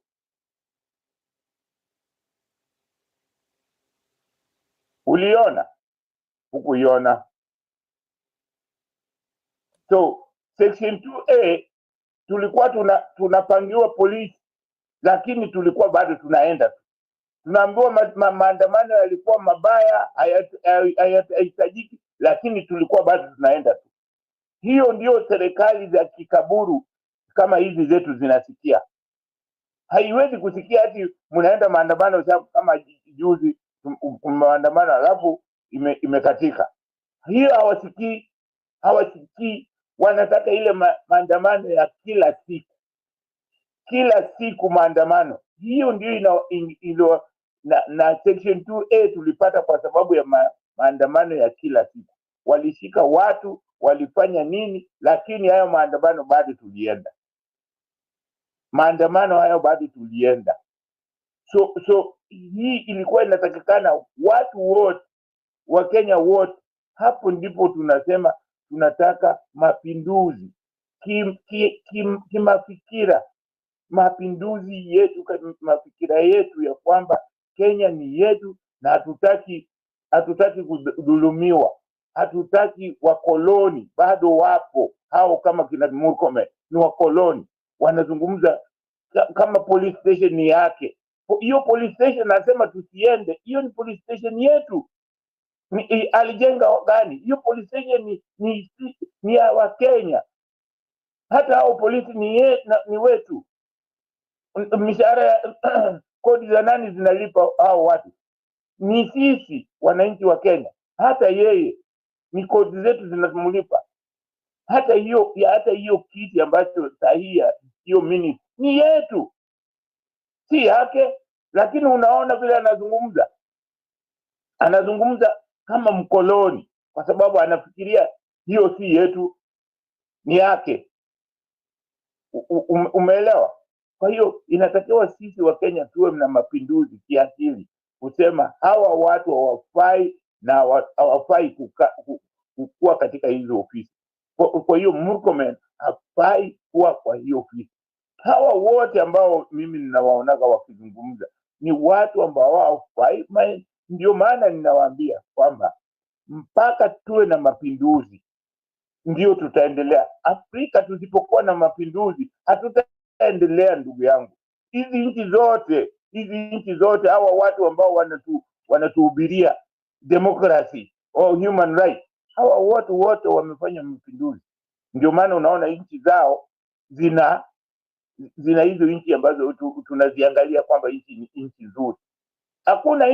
Hakuna Amerika walifanya mapinduzi, tena wao walipigana, waliuana kabisa. hata Uingereza, hata Wafaransa, wote hawa watu walifanya mapinduzi kupindua akili za watu, na walifanya kwa nguvu, si wanakuja wanatuambia ati democracy na wao wanapofanya na sisi vitu hawafuati democracy, hawafanyi. Tukitaka mapinduzi wanatuambia pana lazima muwe na election, na hizo election hazifuati. Mtu anionyeshe nchi moja ya Kiafrika ambayo imefuata democracy, ambayo imeendelea, ni gani? Ambayo haidhulumu watu wake, ambayo haifanyi chochote. Nini? Kenya tangu tupate uhuru tunafanya election kila siku miaka 60, bado hatuwezi kutibiwa. Bado hata sahihi, hata hospitali wameharibu. Mkoloni aliacha kama ni nzuri, unaenda unatibiwa, unaenda nyumbani. Sahihi hauwezi kutibiwa, unaambiwa eti uchukue insurance. Unachukua insurance na ukienda hospitali utibiwe, bado unatoa pesa zako mfukoni. Sasa hiyo ni insurance gani? Insurance gani hiyo? Kama unaambiwa sasa wewe uchukua insurance ndio ukienda hiyo sijui sha, na ukisha chukua insurance hiyo bado unatoa pesa. Tunachukua system ya Amerika ambayo imefail. Wa Amerika wanalia. Amerika huwezi kuwa ukiwa mgonjwa ujue tu umefilisika. Lakini wao sisi tunafikiria ni nzuri zaidi. Angalia katika nchi hizi za European, hakuna pesa unatoa eti ukienda hospitali, hakuna, kwa sababu wanajua afya ya mtu na elimu, hizo ni vitu za serikali, hizo ni vitu za lazima, za muhimu kwa ufanisi wa nchi yoyote. Lakini wa Amerika, angalia vile watu wanateseka, wale ambao hawajui.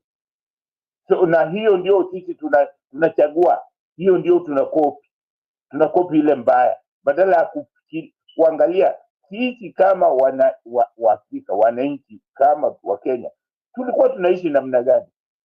Hatukuishi kwa njia ya ulafi ambayo ipo sahihi. Tulikuwa tunaishi kwa njia ya ujamaa, ya kushirikiana, ya kuangalia kwamba wenzetu wote, kila mmoja ana at least ana kitu ya kula. Lakini sasa tumekopi vitu za watu wengine ambavyo hata tuzifuati, na zile tunafuata ni mbaya. So mimi bado nawahimiza wa Kenya, ni lazima tuwe na mapinduzi katika akili zetu, mapinduzi, kwamba tuache kufanya vitu kama vile tulikuwa tunafanya miaka ya juzi. Lazima tufanye tofauti sasa, na kufanya mambo tofauti ni lazima mapinduzi yawepo. Nchi zote ndugu yangu, hakuna nchi ambayo imeendelea bila kuwa na mapinduzi vile wanafanya vitu vyao, kwa sababu nchi zote nyingi sana zilitawaliwa, nyingi, hata China ilitawaliwa, hata hiyo Amerika ilikuwa imekuwa colonized. Lakini baada wao kudecide kwamba wanataka mapinduzi, walipindua na kugeuza kila kitu na kupigana na kufanya wajiunge na nguvu. Kuna wengine walikuwa wanataka hata hizo makaunti zinataka kutoka, lakini wanaambiwa ukijaribu tutakukanyaga.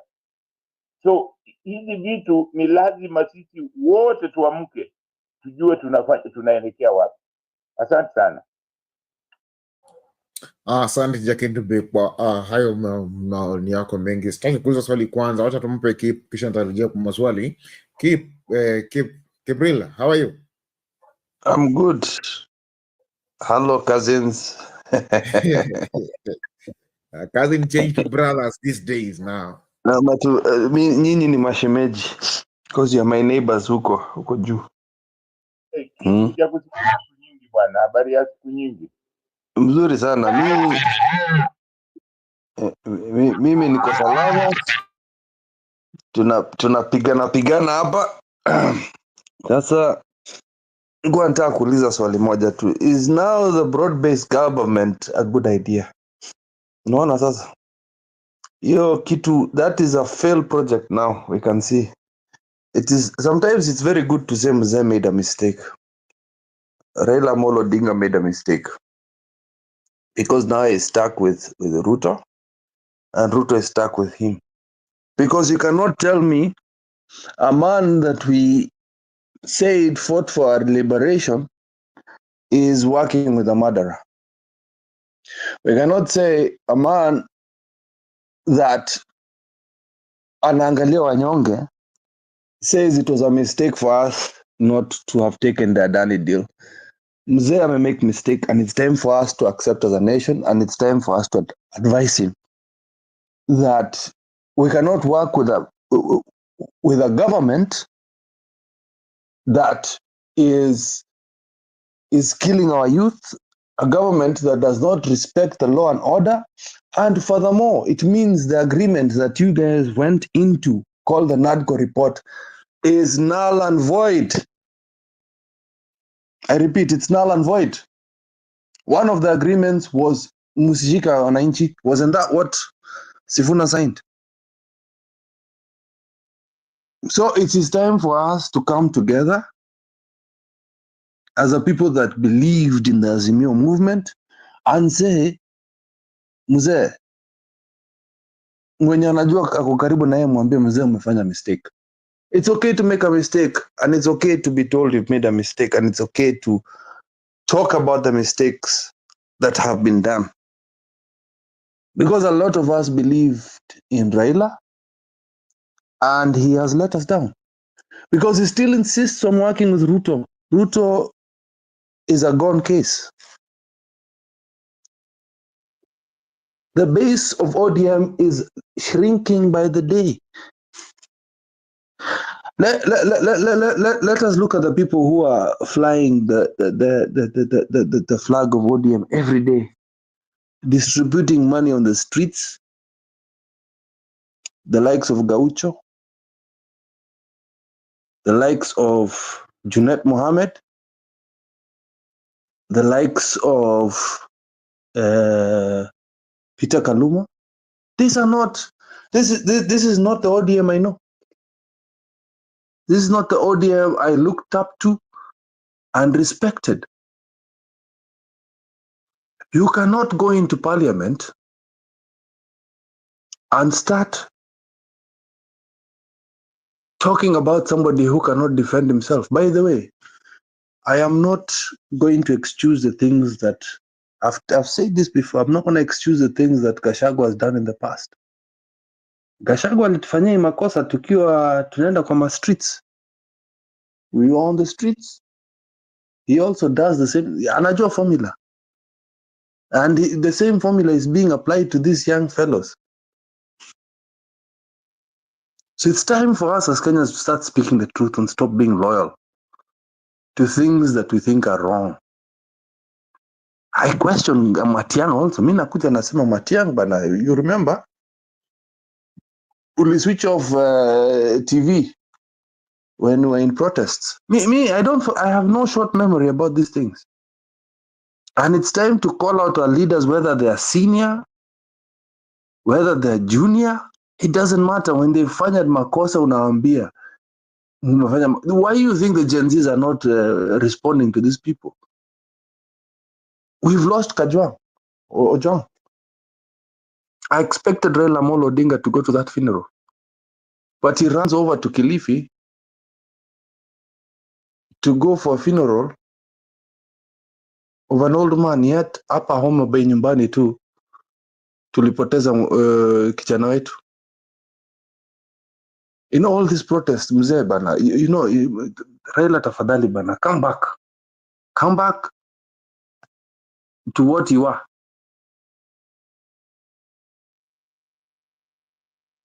I know I've been speaking harshly about him, but it's time that we speak with reason. We speak without emotion and look at the patterns. Look at what has happened in the last 8 months. Is this just political revenge? That mulikuwa mmekosana na Gachagua. I even think ODM should run for election on their own. Go. Right now, we're not covered as a people. We're not covered as a people because the whole parliament is imejaa ODM na UDA. So finance bill inapita tu hivyo without question. Without question. Murkomen and all these people can go with impunity because parliament will not call them to come and talk. It's just a show for us to see them heckling each other and making noise, but there's never action done. Sasa wanasema kwamba wanatutengenezea barabara ya kwenda kufanya maandamano. That's what Ruto wants to propose. Now if I go for maandamano, mimi nitafungwa niende jela. And Raila is watching. It is time. I'm not going to be abusive like the past, but it is time, because I respect all of you here. It is time we speak the truth. It is time that those who are close to Raila Amolo Odinga tell him the truth. Mzee, umebant. You've slipped kidogo hapa. Unajua umefanya mistake kidogo. Ulikuwa mtu wa heshima zamani, lakini mzee bana, umeangusha chama kubwa sana. A lot of people are exiling out of ODM because the face of Gaucho is there. The face of Peter Kaluma. Hapa SDA Church hapa Madhari. Uliona Junet alifukuzwa hapa kama burugenge. It doesn't look good. And somebody needs to whisper in Raila's ear and say, mzee bana, unajua? It's not looking good. It is not looking good, mzee. You're hemorrhaging party members. Keep. Yes. Poleni kwa kuinterject. Yes, Shadizo, I cousin. hope I can ride, eh? Go for it. Shadizo. You know, Cosmos was also here. So I don't know. I want to just comment. Keep, let me ask you, what do you want Raila back to do? And why is he a factor in this matter? Situache tu aende akapotea. Seriously, Keep, the truth is, we are giving him unnecessary mileage. Right now, let us just focus on ourselves. We are all we have. Can we assume he died? I'm for that. But there are people here who love it. No. Wachana nao watu bring on board to term offload. Let's just proceed with the debate without him. He is part of the past that anyone wants to carry on, wacha wa carry on. Sisi hebu tuendeleeni mbele please, tuachane na yeye aende retirement. Because I mean, kwani sisi wengine si binadamu? We are talking about an 80-year-old man, honestly. Arudi afanye nini? So far he's been there. What have we achieved? We are where we are now. And yet we have supported him all along. What difference will he make? Tafadhali tuende mbele without that man, please do. Okay. I did my best here, but you can see that is how the nation feels, by the way. Even Joinchina feel. Okay, Keep. We are going to let it. I wish you guys can open your eyes and see this is how the people feel. Raila is gone. Raila has committed political suicide. Please allow me to come in. Please, let's do justice to the debate. The title of the debate today is what? Okay, as usual, umekwama hapo basi. Then umekwama mahali bwana Keep. We umesema kazi. Let's do this. Umekwama bana bro. What you people are saying and are doing is nothing new. Okay? In terms of expecting an 80-year-old man to come to your rescue every time. Then we're done with him. Actually, that is true. Thank you for saying that. He's in retirement. Why are we calling He's not in retirement. He's not in retirement. Anyway, I will stop talking about him. I think my sister has told me the truth. Here to my channel now. ODM is dead. It's dead because you're working. ODM party, now, I'm not talking about Raila. ODM party is working with a murderous regime. it is indispensable, because when you talk about Murkomen, when you talk about Kindiki, they are one and the same. So walifanya hiyo handshake yao. Don't tell me they're not in government. ODM and UDA, same thing. So we're not talking about Raila now. Tumeachana na Raila. You people just 80-year-old want man, to make retired, an argument. politically dead. ODM But the judgment here, and all other political parties. We have had KANU, we have had Ford Kenya, we have had... now mutafuate njia ya KANU na Ford There are Kenya. so many political parties that have died. ODM will not be the first one. Okay. So tutakuja Let's make progress, not to be reopening wounds every time, please. It's time to focus on what should be done to fix the country, not to apportion blame who did what where. It is time to apportion blame. What is not helping the situation, and every Kenyan can see that. So let us. But Bernard, by that it helps. It helps when you point fingers and blame.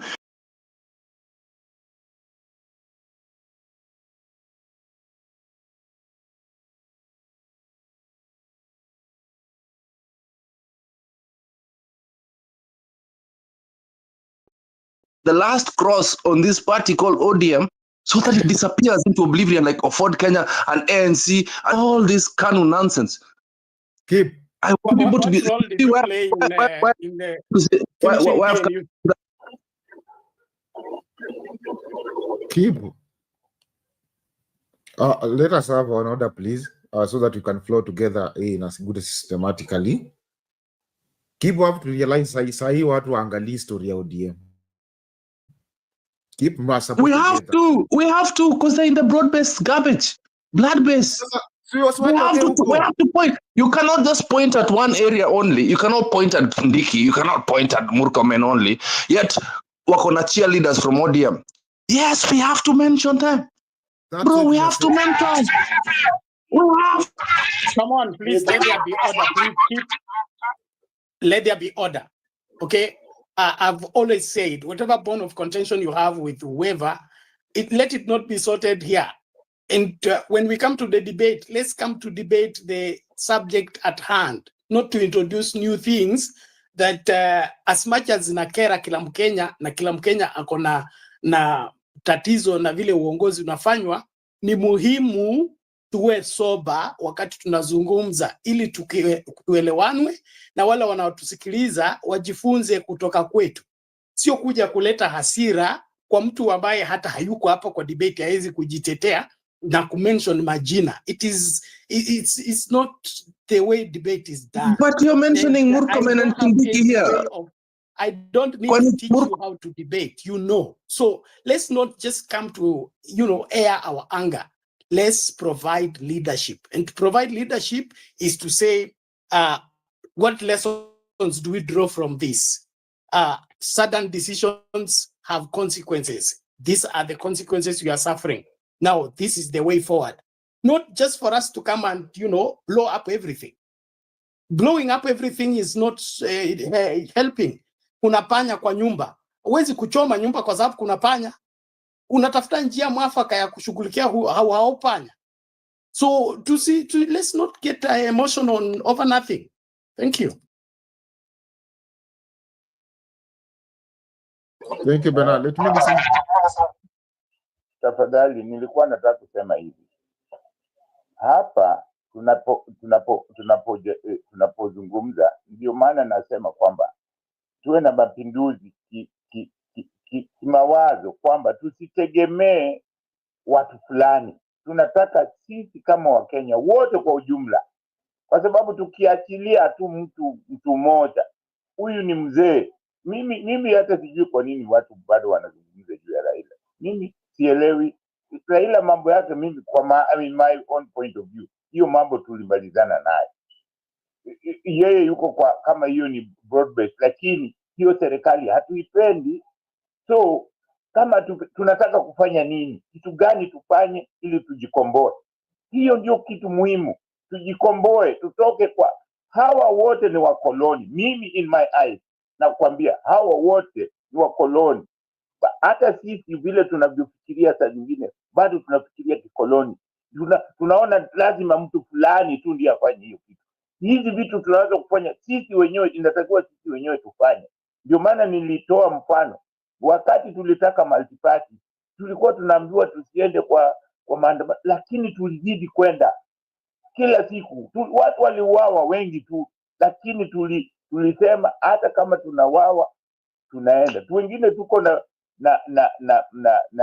alama mpaka sasa zile tulipata huko tukipigwa, lakini kitu tulikuwa tunataka section 2A ilitolewa.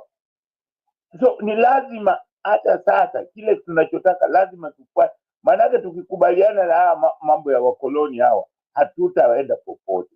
Kwa hiyo mimi nawaomba Wakenya tuwache kuangalia kwamba hii ni kitu ya mtu fulani au ni ya majenzi tu peke yake. Hii ni jukumu ambalo ni letu sisi wote. Kwa hiyo ni lazima sisi wote tufanye kazi ku make sure kwamba hii serikali tumeing'oa hawa watu. Ndio maana nilikuwa nakwambia nani kwamba inatakikana sehemu zote nchini tuwe na nini, tusikie hiyo uchungu, kumwambia Murkomen aondoke.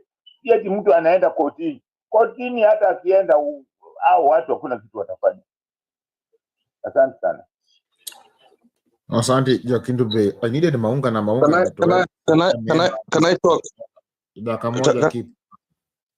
I needed to speak to Maunga. Maunga naye ametoroka tena. I think Maunga is coming back. I wanted to listen to Maunga because he's one of the people that I like to listen to so much, speaking about all this that is raising up and all these things that's going on with the nation. Because they have seen they're having an appeal that they're saying that Murkomen should leave the office. And also they're saying that they're appealing that also Kindiki should leave the office because they are not worthy of reigning up inside the office. And also checking out that, also saying that also the controversial, also the appealing come from the leaders of the Muslims and part of the Mombasa. And where Jakinba is saying that we're supposed to add up and come up as all the nation to make sure that they go home together, not one being leaving up behind or not one remaining behind because they are feeling they are incompetent. Before I bring back to Kip, I want to listen to Bernard first because Bernard hadn't speak up over the issue yet. Bernard, they're saying that they are incompetent to lead up the nation. What's your opinion over that? Do you feel supports the leaders, the Muslim leaders, or you are having your own opinion too? It is. I'm on the same script with those religious leaders, and I'm happy that they are speaking now. Although the incompetence of these people is nothing new. It's nothing new in their performance as well.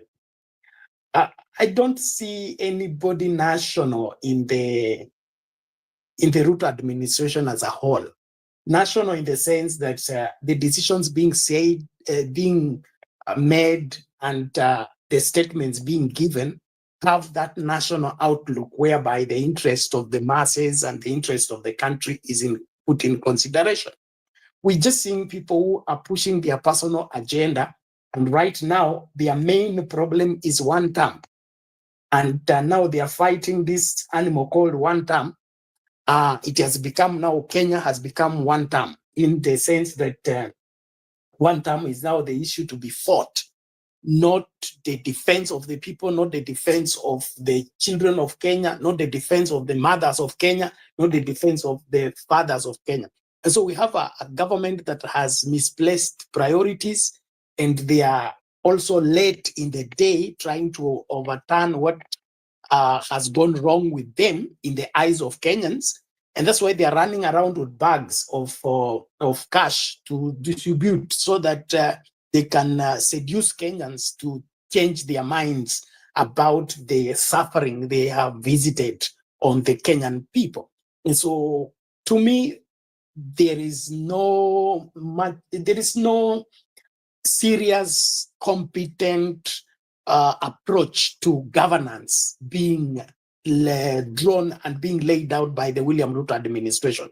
And everybody in that government is behaving funny, and including the people we we are supposed to treat with respect because they are learned, they are exposed. I just want to draw an example. Look at Mutahi Kagwe under the Uhuru regime and Mutahi Kagwe of today. Okay, look at who else? Lee Kinyanjui, okay, as governor of Nakuru, and Lee Kinyanjui as cabinet secretary. Just to pinpoint, the Wandai of parliament and Wandai the cabinet minister, or Wandai Mbadi of parliament and ODM push as ODM chair and as cabinet secretary. There is something amiss in terms of proper performance, and I think it springs from the head. I think you need to suspend your capability in order for you to work with the Ruto administration, which is so sad because the way I know and how I observed the Moi government, the Kibaki government, the Uhuru Kenyatta government, decisions by cabinet secretaries or ministers was mainly to ensure that policies are being implemented and those policies are in the interest of the masses. And when the masses were raising questions, those questions were put in consideration. There was no careless speaking of ministers, especially against the majority of Kenyans. So I think these people need just to be sent away, but they'll be forerunners. At the end of the day, the entirety of that government needs to go. If not for anything, because they are not acting in the interest of Kenya and in the interest of Kenyans. And that is what is supreme in this country. Thank you. Okay. Thank you to Bernard and also other people who are still joining up. Please just join up the show. Let us come up and let us share our opinions too, because also they matters too, because we are bringing our Kenya or our nation to a certain point where we want our nation to be, not where we want our nation to just stay there. Bernard speak about the Matiang'i regime during back then and also this time, and also we check other parties also with back then and right now, because there are a lot of adjustment, and whereby even Kindiki today say that the government is doing the proper litigation to make sure that everything that is going on accordingly to what is being planned up, meaning that we are not sure that if that is it, but we are hoping sure that to make sure that everything aligns accordingly. Although they are saying he goes out, but he's still giving out the opinions too of the government. I want to play one video before I bring back Kip and also others. No, bro, wacha twende kazi bana bro, wacha tuongee. Let's talk. Let's talk. I have a question. Kindiki is currently the deputy president of the Republic of Kenya through the impeachment of Rigathi Gachagua. He's a member of the bar of the Law Society of Kenya. Murkomen is the CS for Interior. He's also a senior lawyer, part of the Law Society of Kenya, and the Law Society of Kenya wants to excommunicate them because of their understanding of the law of Kenya is not right, because the rights of the Kenyan public has been impeded by the actions of these two public servants, correct? Shadisha? Yes. So yeah. Now, the National Assembly of Kenya did validate them, because you remember Diki's appointment was not through elections and neither was Murkomen, meaning that through the Parliament of Kenya and both the Senate and the National Assembly approved these people with the power that we invested in them, correct? Yes. So it means that our representatives are letting us down, correct? Mm-hmm. So it means that the people we entrusted when 4 years ago we went together, we believed in them as MEO members, that we entrusted power in them even if we didn't get the presidency, because at the end of the day, the man I'm not going to mention because mmekata nini yake Libya. That today Trailer is still my president, you know that. So we entrusted the people of Azimio to protect us. Is that correct? They are supposed to fight tooth and nail. Who trusted Azimio people to protect them? We trusted them because we voted for them, isn't it? We as Azimio people. Do you have a parallel government by Azimio? No, you don't understand. The legislative part of the government is supposed to be independent. They're supposed to act independent. Every single MP is supposed to act independent of outside bodies. Yes, we come together with a single ideology.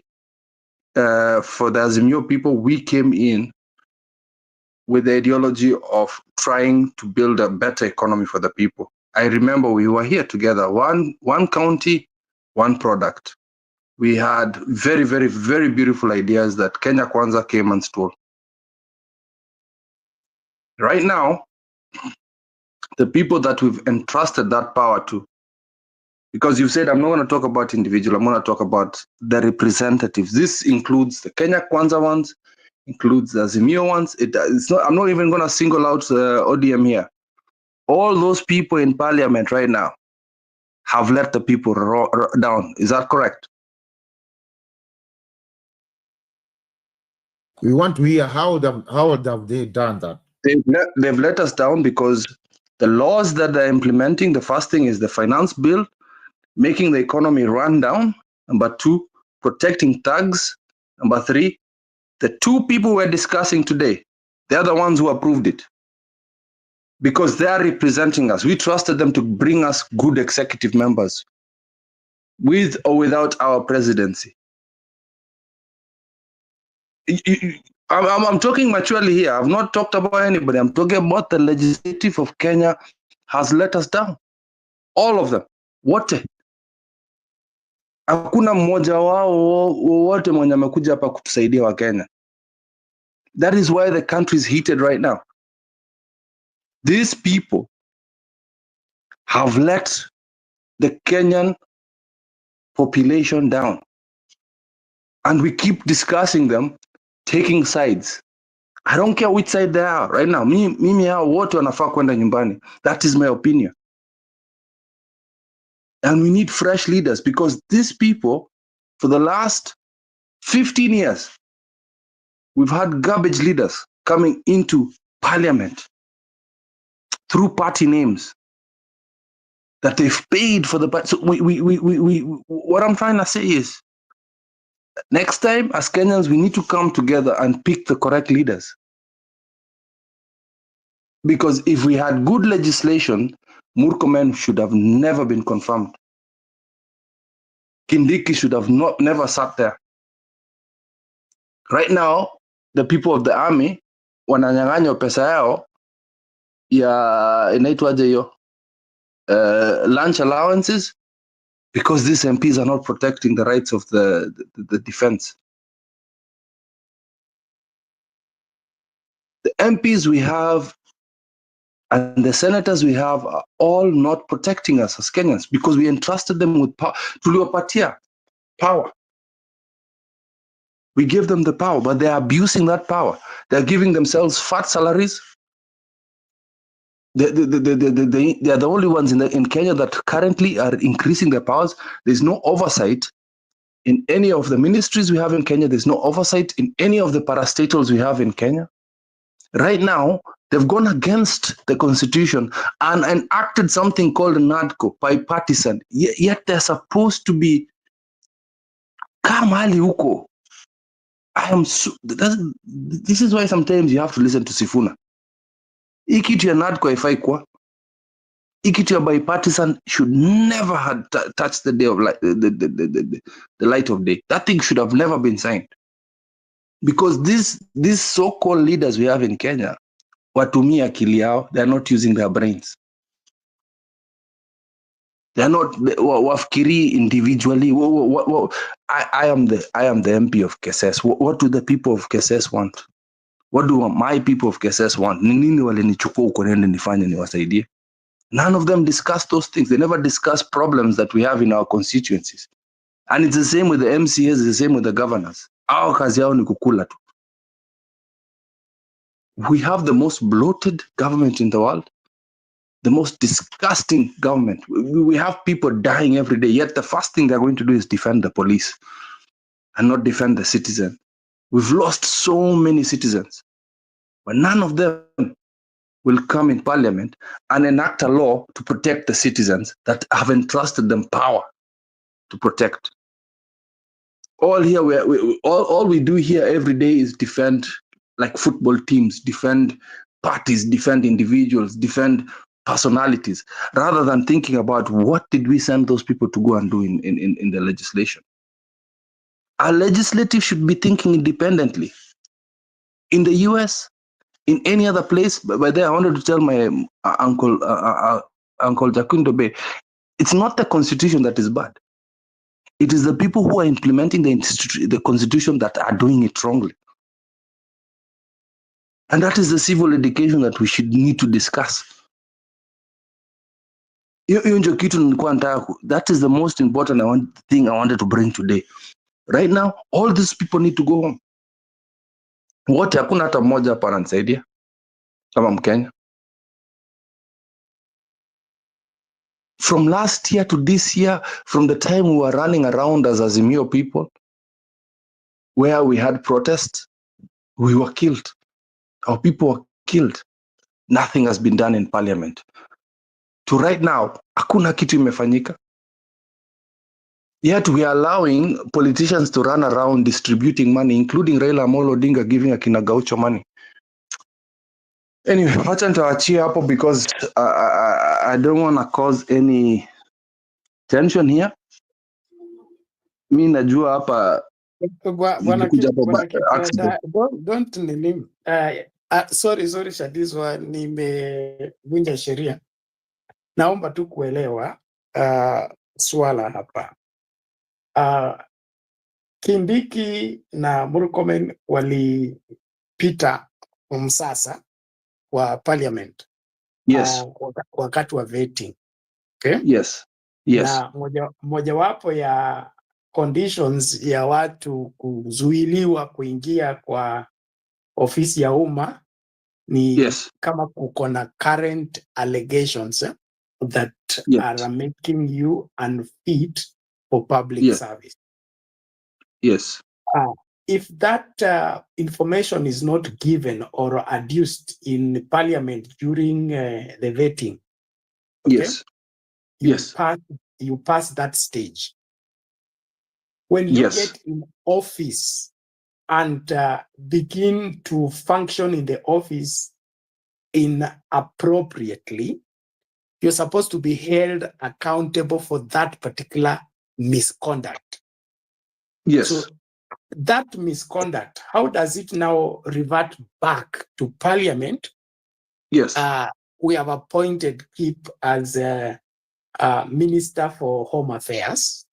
Yes. He has brought his CV. We have looked into the CV. We have given 14 days window. Anybody who has anything about Kip that can make him unfit for this office to present it to us so that we can use it to help make sure that before we give him this docket, he is the man for the job. That window has closed. Okay? Yes. Kip has gotten in office. While he is in office, we make those discoveries. So are we to blame the parliament or we are supposed to keep accountable for having an office and is not functioning in that office the way he ought to? We're supposed to blame the parliament. How? Yeah, because parliament has they have investigative power that they do not use. Most of these people have been accused of corruption. So what happens is, because most of them have their hands bloody and dirty, they do not want to investigate further. So I'm not going to play that game, Bernard. They should not have passed vetting. It is a matter of somebody ashikwe kwa makosa ambayo amefanya. Sio tuende kutafutia mwingine lawama kwa makosa ambayo umefanya. Ni kama tumekuja kwetu ukamchukua dada yangu kwamba unamuoa. Sisi tukakubali, ngoja. Wewe umekuja kwetu, ungependa kumuoa dada yetu. Tumekupatia dada yetu, wewe ulikuja kijana mzuri, mtanashati, tabia nzuri, umekuja na CV ya church yako iko sawa, ya community yako iko sawa. Baadaye tukakupatia binti yetu. Kufika kwako, binti yetu anaanza kuteta, sema huyu hivi na hivi, hivi na hivi. Sasa itakuwa sisi kuanza kulaumu kule ulikozaliwa ama kushughulikia hilo swala mahali limetokea? Haya, nimekuja hapa, tumekuja kuchukua binti. Tumefika pale, mandugu zao binti huyo wameambiwa kwamba mimi ni mwizi. Lakini hao mandugu zao binti wamepewa pesa hongo, wamekataa kuangalia tena ama kuangalia look further to look, kuangalia wako na nguvu wa kuangalia kwamba huyu mtu alikuwa ameiba huko kwa jirani. Wako na uwezo wa kujua hiyo, lakini wamekataa kwa sababu hao wenyewe ni wezi. Basi wanasema acha tumpatie binti wetu. Hiyo ndio shida tuko nayo na hii parliament. It means that these guys refuse to further investigate because they are compliant with the same behavior as these people they are vetting. Because if they further investigate Murkomen, if they further investigate Kindiki, it means they implicate themselves. Some of the charges that were there for Kindiki, I was waiting, not Kindiki, for Gachagua. I was like, please. Gachagua was arrested for $2 million worth of theft. Why did they stop there? The first thing they started talking about is tribalism. Mimi nilikuwa nataka nyama, nilikuwa nataka muingie kwa hiyo investigation ya huyu mtu kuwa mwizi. I wanted Gachagua to be arrested. But the funny thing about this parliament is because they are the same kind of thugs as these ones they are vetting. Meaning, Bernard, some animals. Let's do this. Let's put the debate in perspective. Okay. Right now, Murkomen and Kindiki are in office. The messes in that offices does not exonerate them from responsibility simply because they were approved by parliament. Not holding ground for parliament because we know our parliament and we know what goes on when a matter of great interest is of high stake is at play. But as at now, the crimes in quotes committed by Murkomen and Kindiki while they are in office, are they can they be prosecuted for the same? That is the debate at hand. And if that's the case, then let them be produced so that they answer for the same. They cannot be arrested. Nothing can happen to them. First of all, they've been vetted. They're being protected by, I'm just telling you, let me finish. They are being protected by parliament. They are being protected by the broad-based government. Let's not, I really want you to stop calling it the Ruto government. It's the broad-based government. It is the broad-based government. It is the broad-based government. Yeah, there's nothing there's nothing like that. Exactly. In the Constitution. There is nothing like that in the government, yet it's being enforced. That's the problem. There's nothing like a broad-based government, but the broad-based government is being enforced to the people. It is being It is not the Ruto government. You know why it's not the Ruto government? Raila Amolo, running the broad-based Raila, government. Raila, Ruto is Raila the head Amolo, of the broad-based government, isn't it? Raila Amolo Odinga and Ruto chaired the cabinet, the executive. They chaired it together. So there is a broad-based government that is being shoved in the mouths of Kenyans. So stop lying to yourselves. There is a broad-based government that is not in the constitution. Just like everything that this broad-based government is doing to the population of Kenya is happening. Keep, take it easy. Take it easy. This Thank is you. Kenya, and Kenya we are treated with so many things: broad-based, bread-based, blood-based, and all those names will come and go. What is necessary here is return to the rule of law.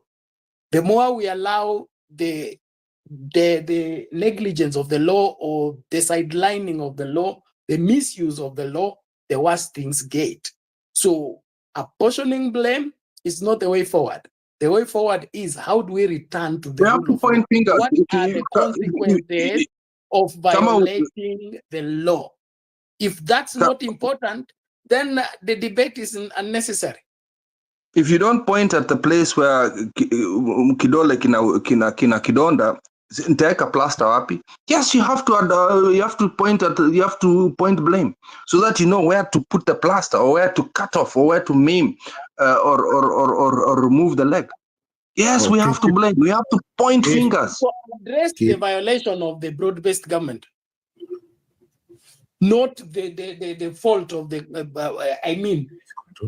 Stipulate broad-based government imevunja sheria kwa kuchagua Murkomen, imevunja sheria kwa kumchagua Kindiki, imevunja sheria kwa kushutu waandamanaji, na hivi ndivyo wanapaswa kushughulikiwa.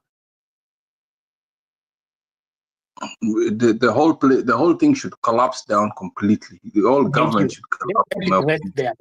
Let it rest there. Shadizo, sorry. Please take charge. Let me listen to Brabad. Hello, everyone. I was, of course, yesterday, Boniface Karaoke was declared brain dead. Today, he's been declared medically dead. So, yeah, we have a funeral.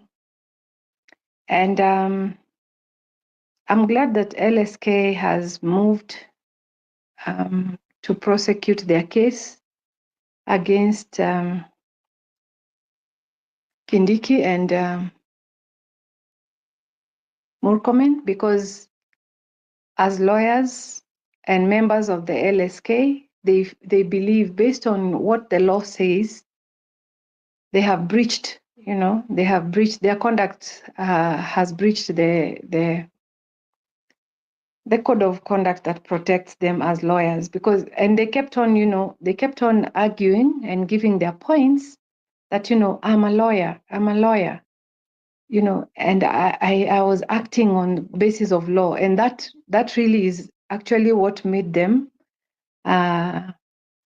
go forward to try and prosecute that case, because it's highly unconstitutional for somebody who is a lawyer to make a mistake and still quote the law as the basis for which they're trying to argue their points. Murkomen made a mistake when it has been pointed out.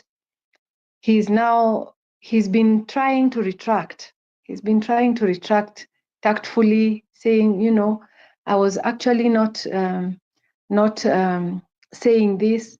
I was only pointing a matter of law, knowing very well that it is not a matter of law.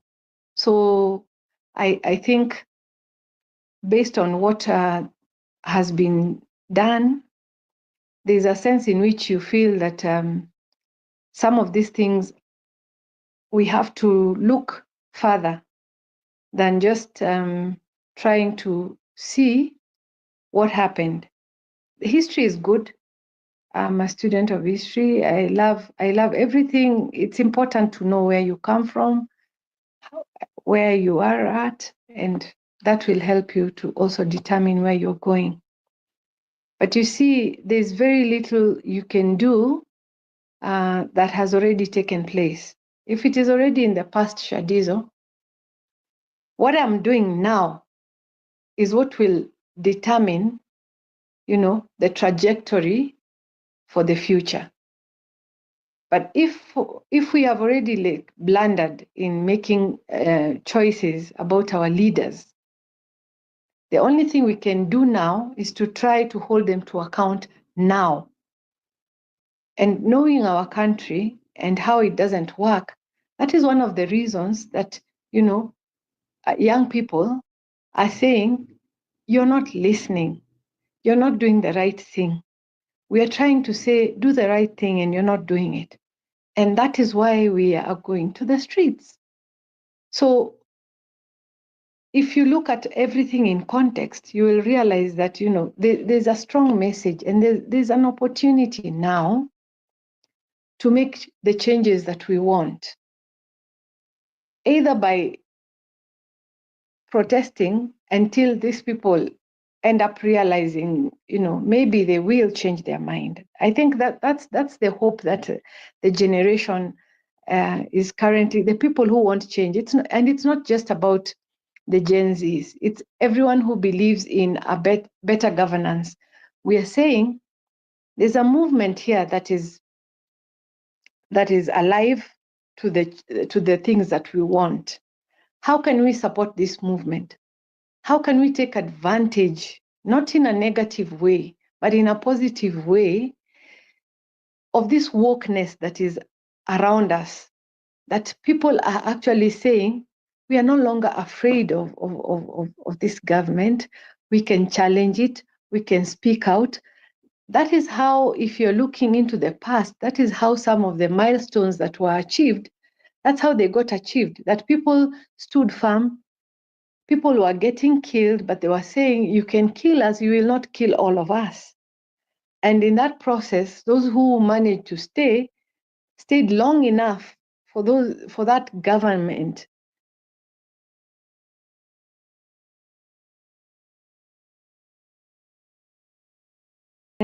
is going to be willing to just cede ground easily. But there could be pressure that will come in several ways.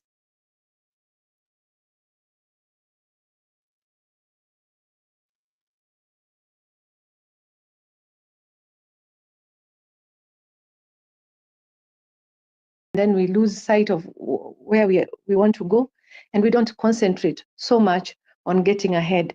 Now we have the opportunity. For me, I'm looking at it and seeing that we have an opportunity to go forward, because like today, the three activists were arraigned in court.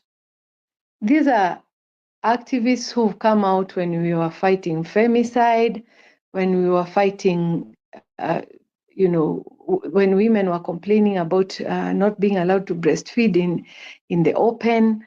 They've championed so many other things, and we've seen them consistently in the street. It's not just now. And then when we are looking for the goons that were looting on Saturday, the systems did not take care of that. They were keen on the protesters. And now they were arraigning these young men who are well-known activists, who are not criminals, and they have they're saying that these are the people who are mobilizing the goons, Akina Mulingwa, Mark, and Mutunge, those people. They're actually telling us that these are the people who organized. And you're even asking yourself, so if you knew, because you're coming for them on 26, but if you knew that they were planning, why couldn't you foul those attempts? Because on 25th, this protest was something that was well known, the planning was there, the notices were there. So if these plans were underway, are we saying that we only discovered after the actions took place, that is when we realized that, oh, these are the planners and now we have them. So you just wonder, because even the other young man the guy from Kino, the intelligence is telling us that they don't have the young man, yet they went for him. And they wanted to lie about that. But even, the neighbors who had been warned not to speak, when they realized it's the mother who is asking, they came out and said, no, actually the Subarus came and they took the guy and they took things, they confiscated laptops and everything. So where we are right now, it is a question of what do I want to do as a person, in terms of doing this, rather than point fingers or want somebody to go out there for me. People are staking their lives out there. So I can't come back here and just sit and say, you did us wrong. Shadizo, you didn't do the right thing. It is not time for us to just, if we are on the same page with you, then it's a question of regrouping and realizing, okay, so we've done 25th and this is what the government is doing. We've pushed them enough for them to make blunders. The kind of blunder that Murkomen is making is enough to secure him a place in ICC, especially if we have all the footage and all the coverage of what took place on 25th. So this is somebody, even his own lecturers, even people other lawyers are saying, as a security person, you cannot utter some of those things that he's uttering, because police are supposed to be our security. Shadizo, polisi sifai kufa kabla polisi hajafa. You see, even that's how even bodyguards work. Police are our bodyguards. So if I am going to die, the police is supposed to take a bullet for me, like my bodyguard. So if there's a threat to my life, polisi ndiye anafaa kufoul that threat.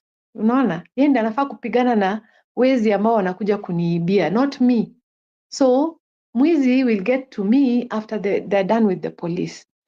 But if you are the person in charge of security and you cannot understand that, then even these actions that have taken place are bringing out the incompetence, the level of incompetence that we have. We know they are incompetent.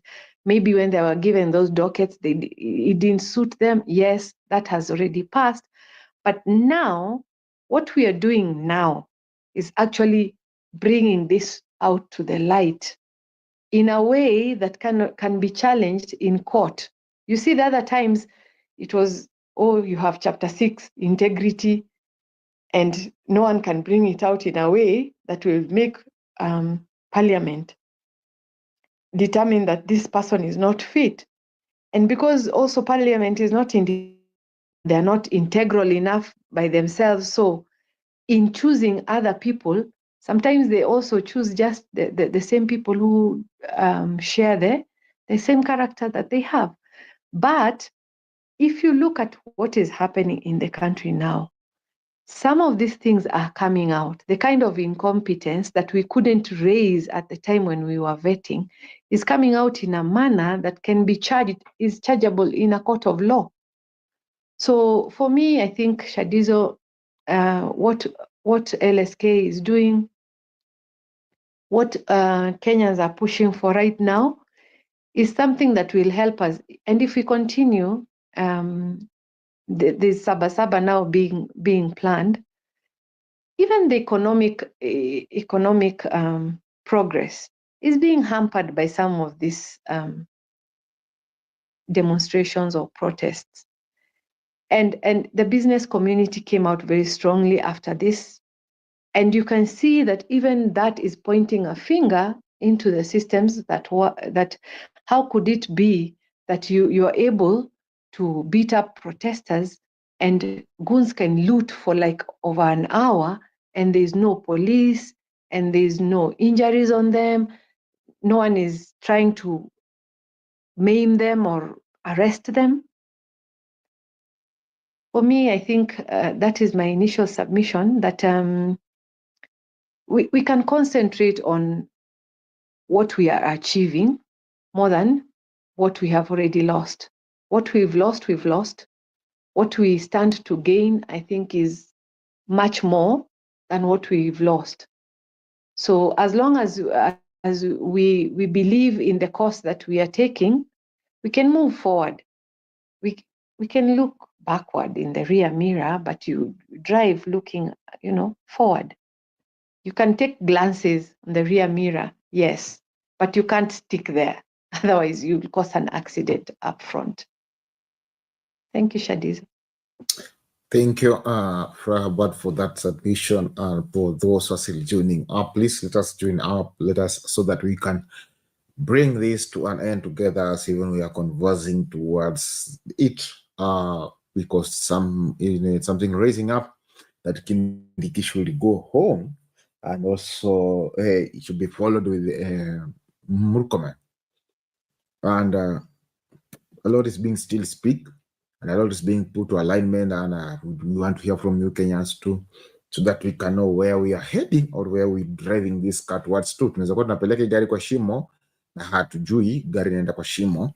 And apart from that, we also be wanting to know that apart from this vehicle going to that direction, what is supposed to be done with the story of like a lot of incompetency that we are hearing all around. Because even earlier today, we had a problem whereby there is one place in Nene whereby the the firefighters were unable to extinguish a certain fire, whereby it shows a higher level of incompetency, whereby the people of that place, they complained over it, saying that the people are being paid, but they don't know what is their job, what are being brought there to do, or what is their purpose at the field. So that's the challenge also that we are facing all over the place as Kenyans, that we should also address too, so that we can bring our Kenya to alignment. Frabada spoke a lot, saying that now we should focus for what this future is coming to, not what has passed. We forget about the past. We will remember it, but not so much. Focus so much on the future.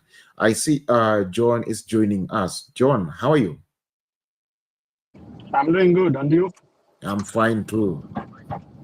Yes. I'd like to hear from you. What's your opinion too about taking Kindiki and Murkomen home?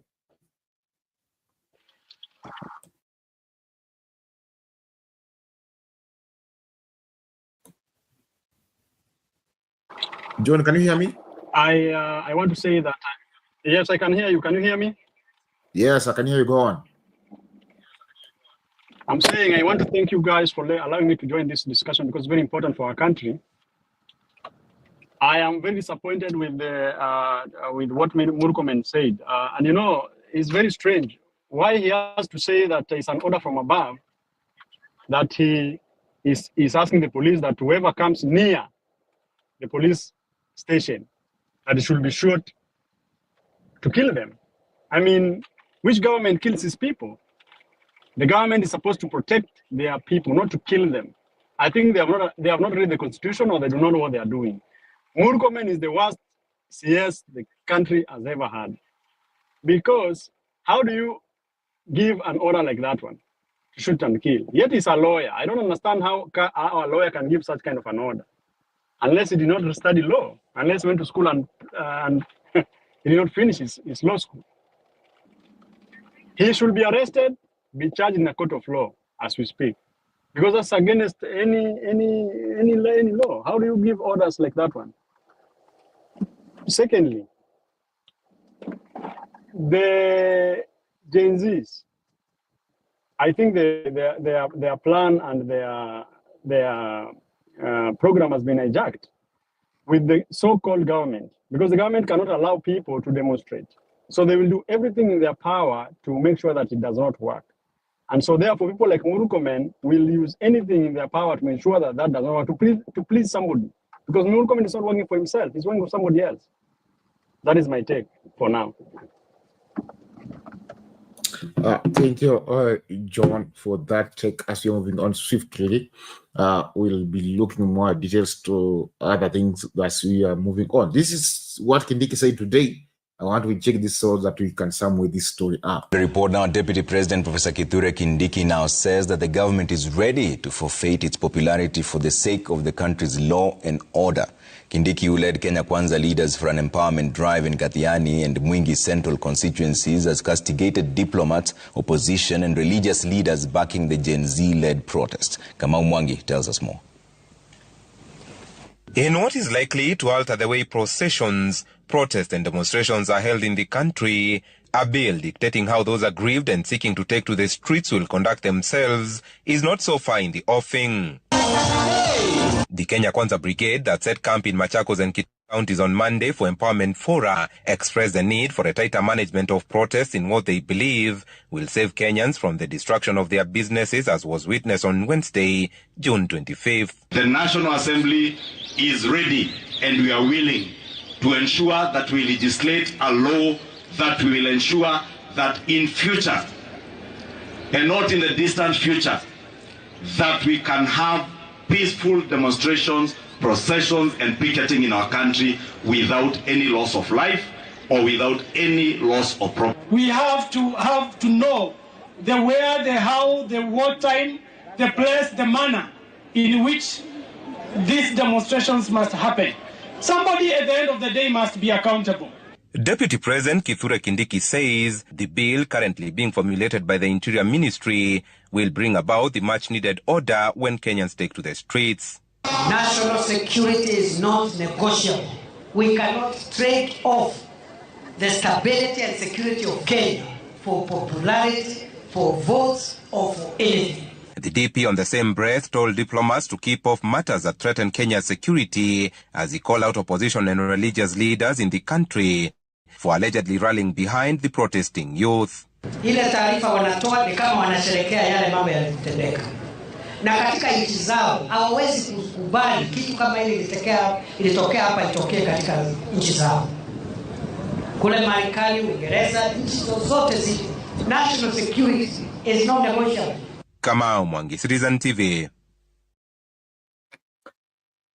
That's what happened, or that was saying. That's kama vitu ambavyo vilitokea hapa huwezi ruhusiwa vitokee huko. Hasa kama huwezi ruhusiwa kutokea kwa, na mbona hao wanaruhusu zitokee hapa nchini? Why does they allow it happen in our nation instead of them putting them everything to alignment and putting everything properly? We have seen the other blogger who was disappeared. The story is just moving around. Now they are saying that they don't know where he went. They went to the house, but they did never arrest him. While the neighbors are saying that they arrested the young man, that they took the laptop and they took some 2, 3, 4 steps. So we don't know who is saying the truth. Bernard. Kindiki is the face of disorder, and he is he should not be telling us about security and order. I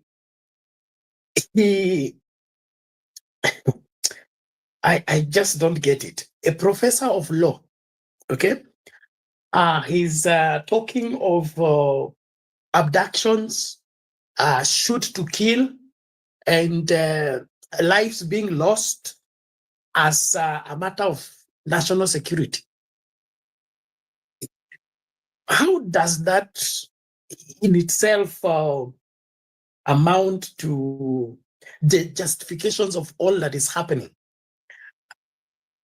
There is something about this government and maybe other wherever successive governments that has refused to hold ground, but they keep insisting on the same. And that is protests are the problem. Protesting is not a problem. People taking to the street is not the problem. The problem is, why are they going to the street? You cannot stop people from going to the street without addressing what is taking them to the street. So instead of the government focusing on finding a solution to what is taking people to the street, they are busy looking for who to arrest, who to abduct, who to malign, who to castigate. I don't understand this kind of people, where they came from. Wewe uko kwa nyumba, watoto wanalia njaa, na wewe unaendelea kuinsist wanyamaze. Si ende jikoni wapikie wale. Okay, wakishakula waendelee kufanya kelele, utasema basi hapa mmeanza kunizoea. Lakini hutaki kuaddress kile ambacho kinafanya watu waende kwa street. Lakini uko busy unazurura kila mahali, unasema hawa watu wamelipwa, hawa watu opposition wana take advantage, diplomats. Kindiki should tell us the truth. When there was the protest in America, even right now, Americans are protesting, but we are not having this level of lives being lost. So it should not pretend to be informing us about what's going on in America, what's going on in Britain and other places. We have had in France, there are protests almost in every day. But we don't have this 32 people losing their life, 19 people losing their lives, 6 people losing their lives.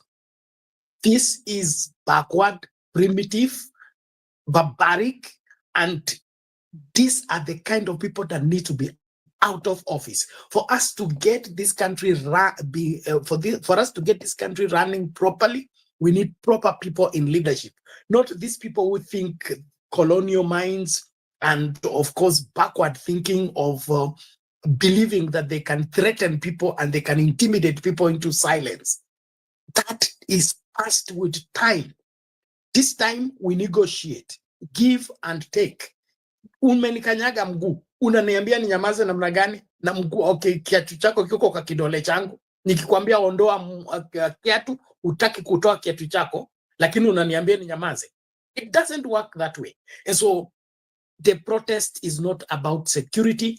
And I think the hangover of Kindiki and team thinking that there is somebody who wants to overthrow their government, they are the ones overthrowing that government by neglecting and refusing to listen to what Kenyans are saying. And as long as they continue like that, they better prepare for the worst, because what you fear most will eventually arrive at your doorstep. Thank you, Bernard. Let me listen to John. John, what's your take about that?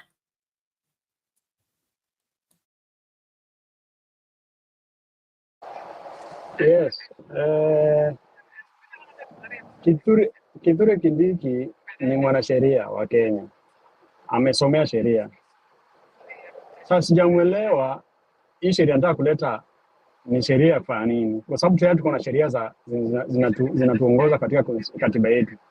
Kuna sheria very clearly inaonyesha waandamanaji wanafaa kufanya nini, and those people who are not demonstrating are supposed to be doing what. Lakini wakati serikali inajaribu kutuambia ati watabadilisha sheria ili wadhibiti waandamanaji, hiyo ni backwards, hiyo ni kurudi nyuma mahali tulitoka. Raila Odinga alikuwa sahi. Raila Odinga kwa serikali, wakati alikuwa yuko kwa serikali alikuwa anafanya maandamano kila time, mali zilikuwa zinaharibiwa, polisi walikuwa wanaua watu.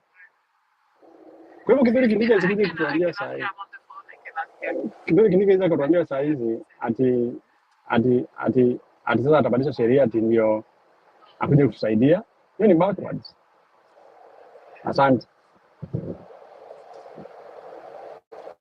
Asante John kwa maoni yako mazuri, yanazidi kusongesha mbele. Na kabla nimlete Prabhat, nataka tu tuchukue tu dakika moja tu wote. I just want to take just 1 minute and then we do this. Share not for so long, just in 1 minute, let us do this. Just saying, make this, let us just support Sound Candid Talk TV so that we can keep this program moving on and we can keep the program going on and on. And the way we can support it is we can support it through the PayPal or the phone number that is on the screen.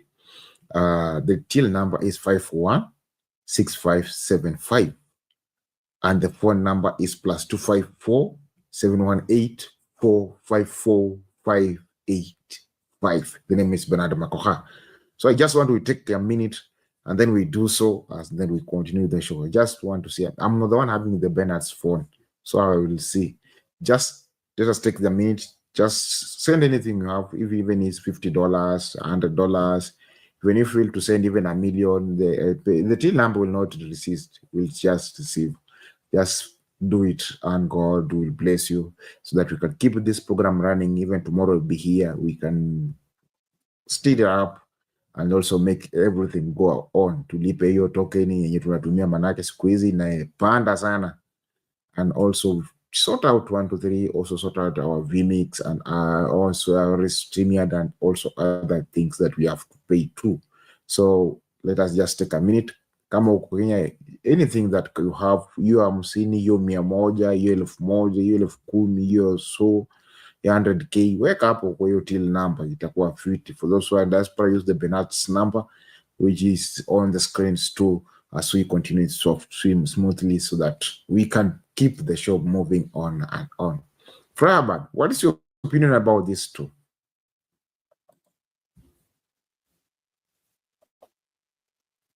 That's the reason that they've been charged. LSK are preferring charges against them because you see, first of all, they are lawyers of repute and they're clearly disregarding the law. And so their membership, they want their membership withdrawn from LSK because they are citing the law as their backup for saying unlawful and unconstitutional things. It is not lost on us that, Kindiki is the one who was the CS last year when we were losing so many lives. So, they are like birds of a feather. Him and Murkomen, they're speaking from the same, from the same point of view. So it also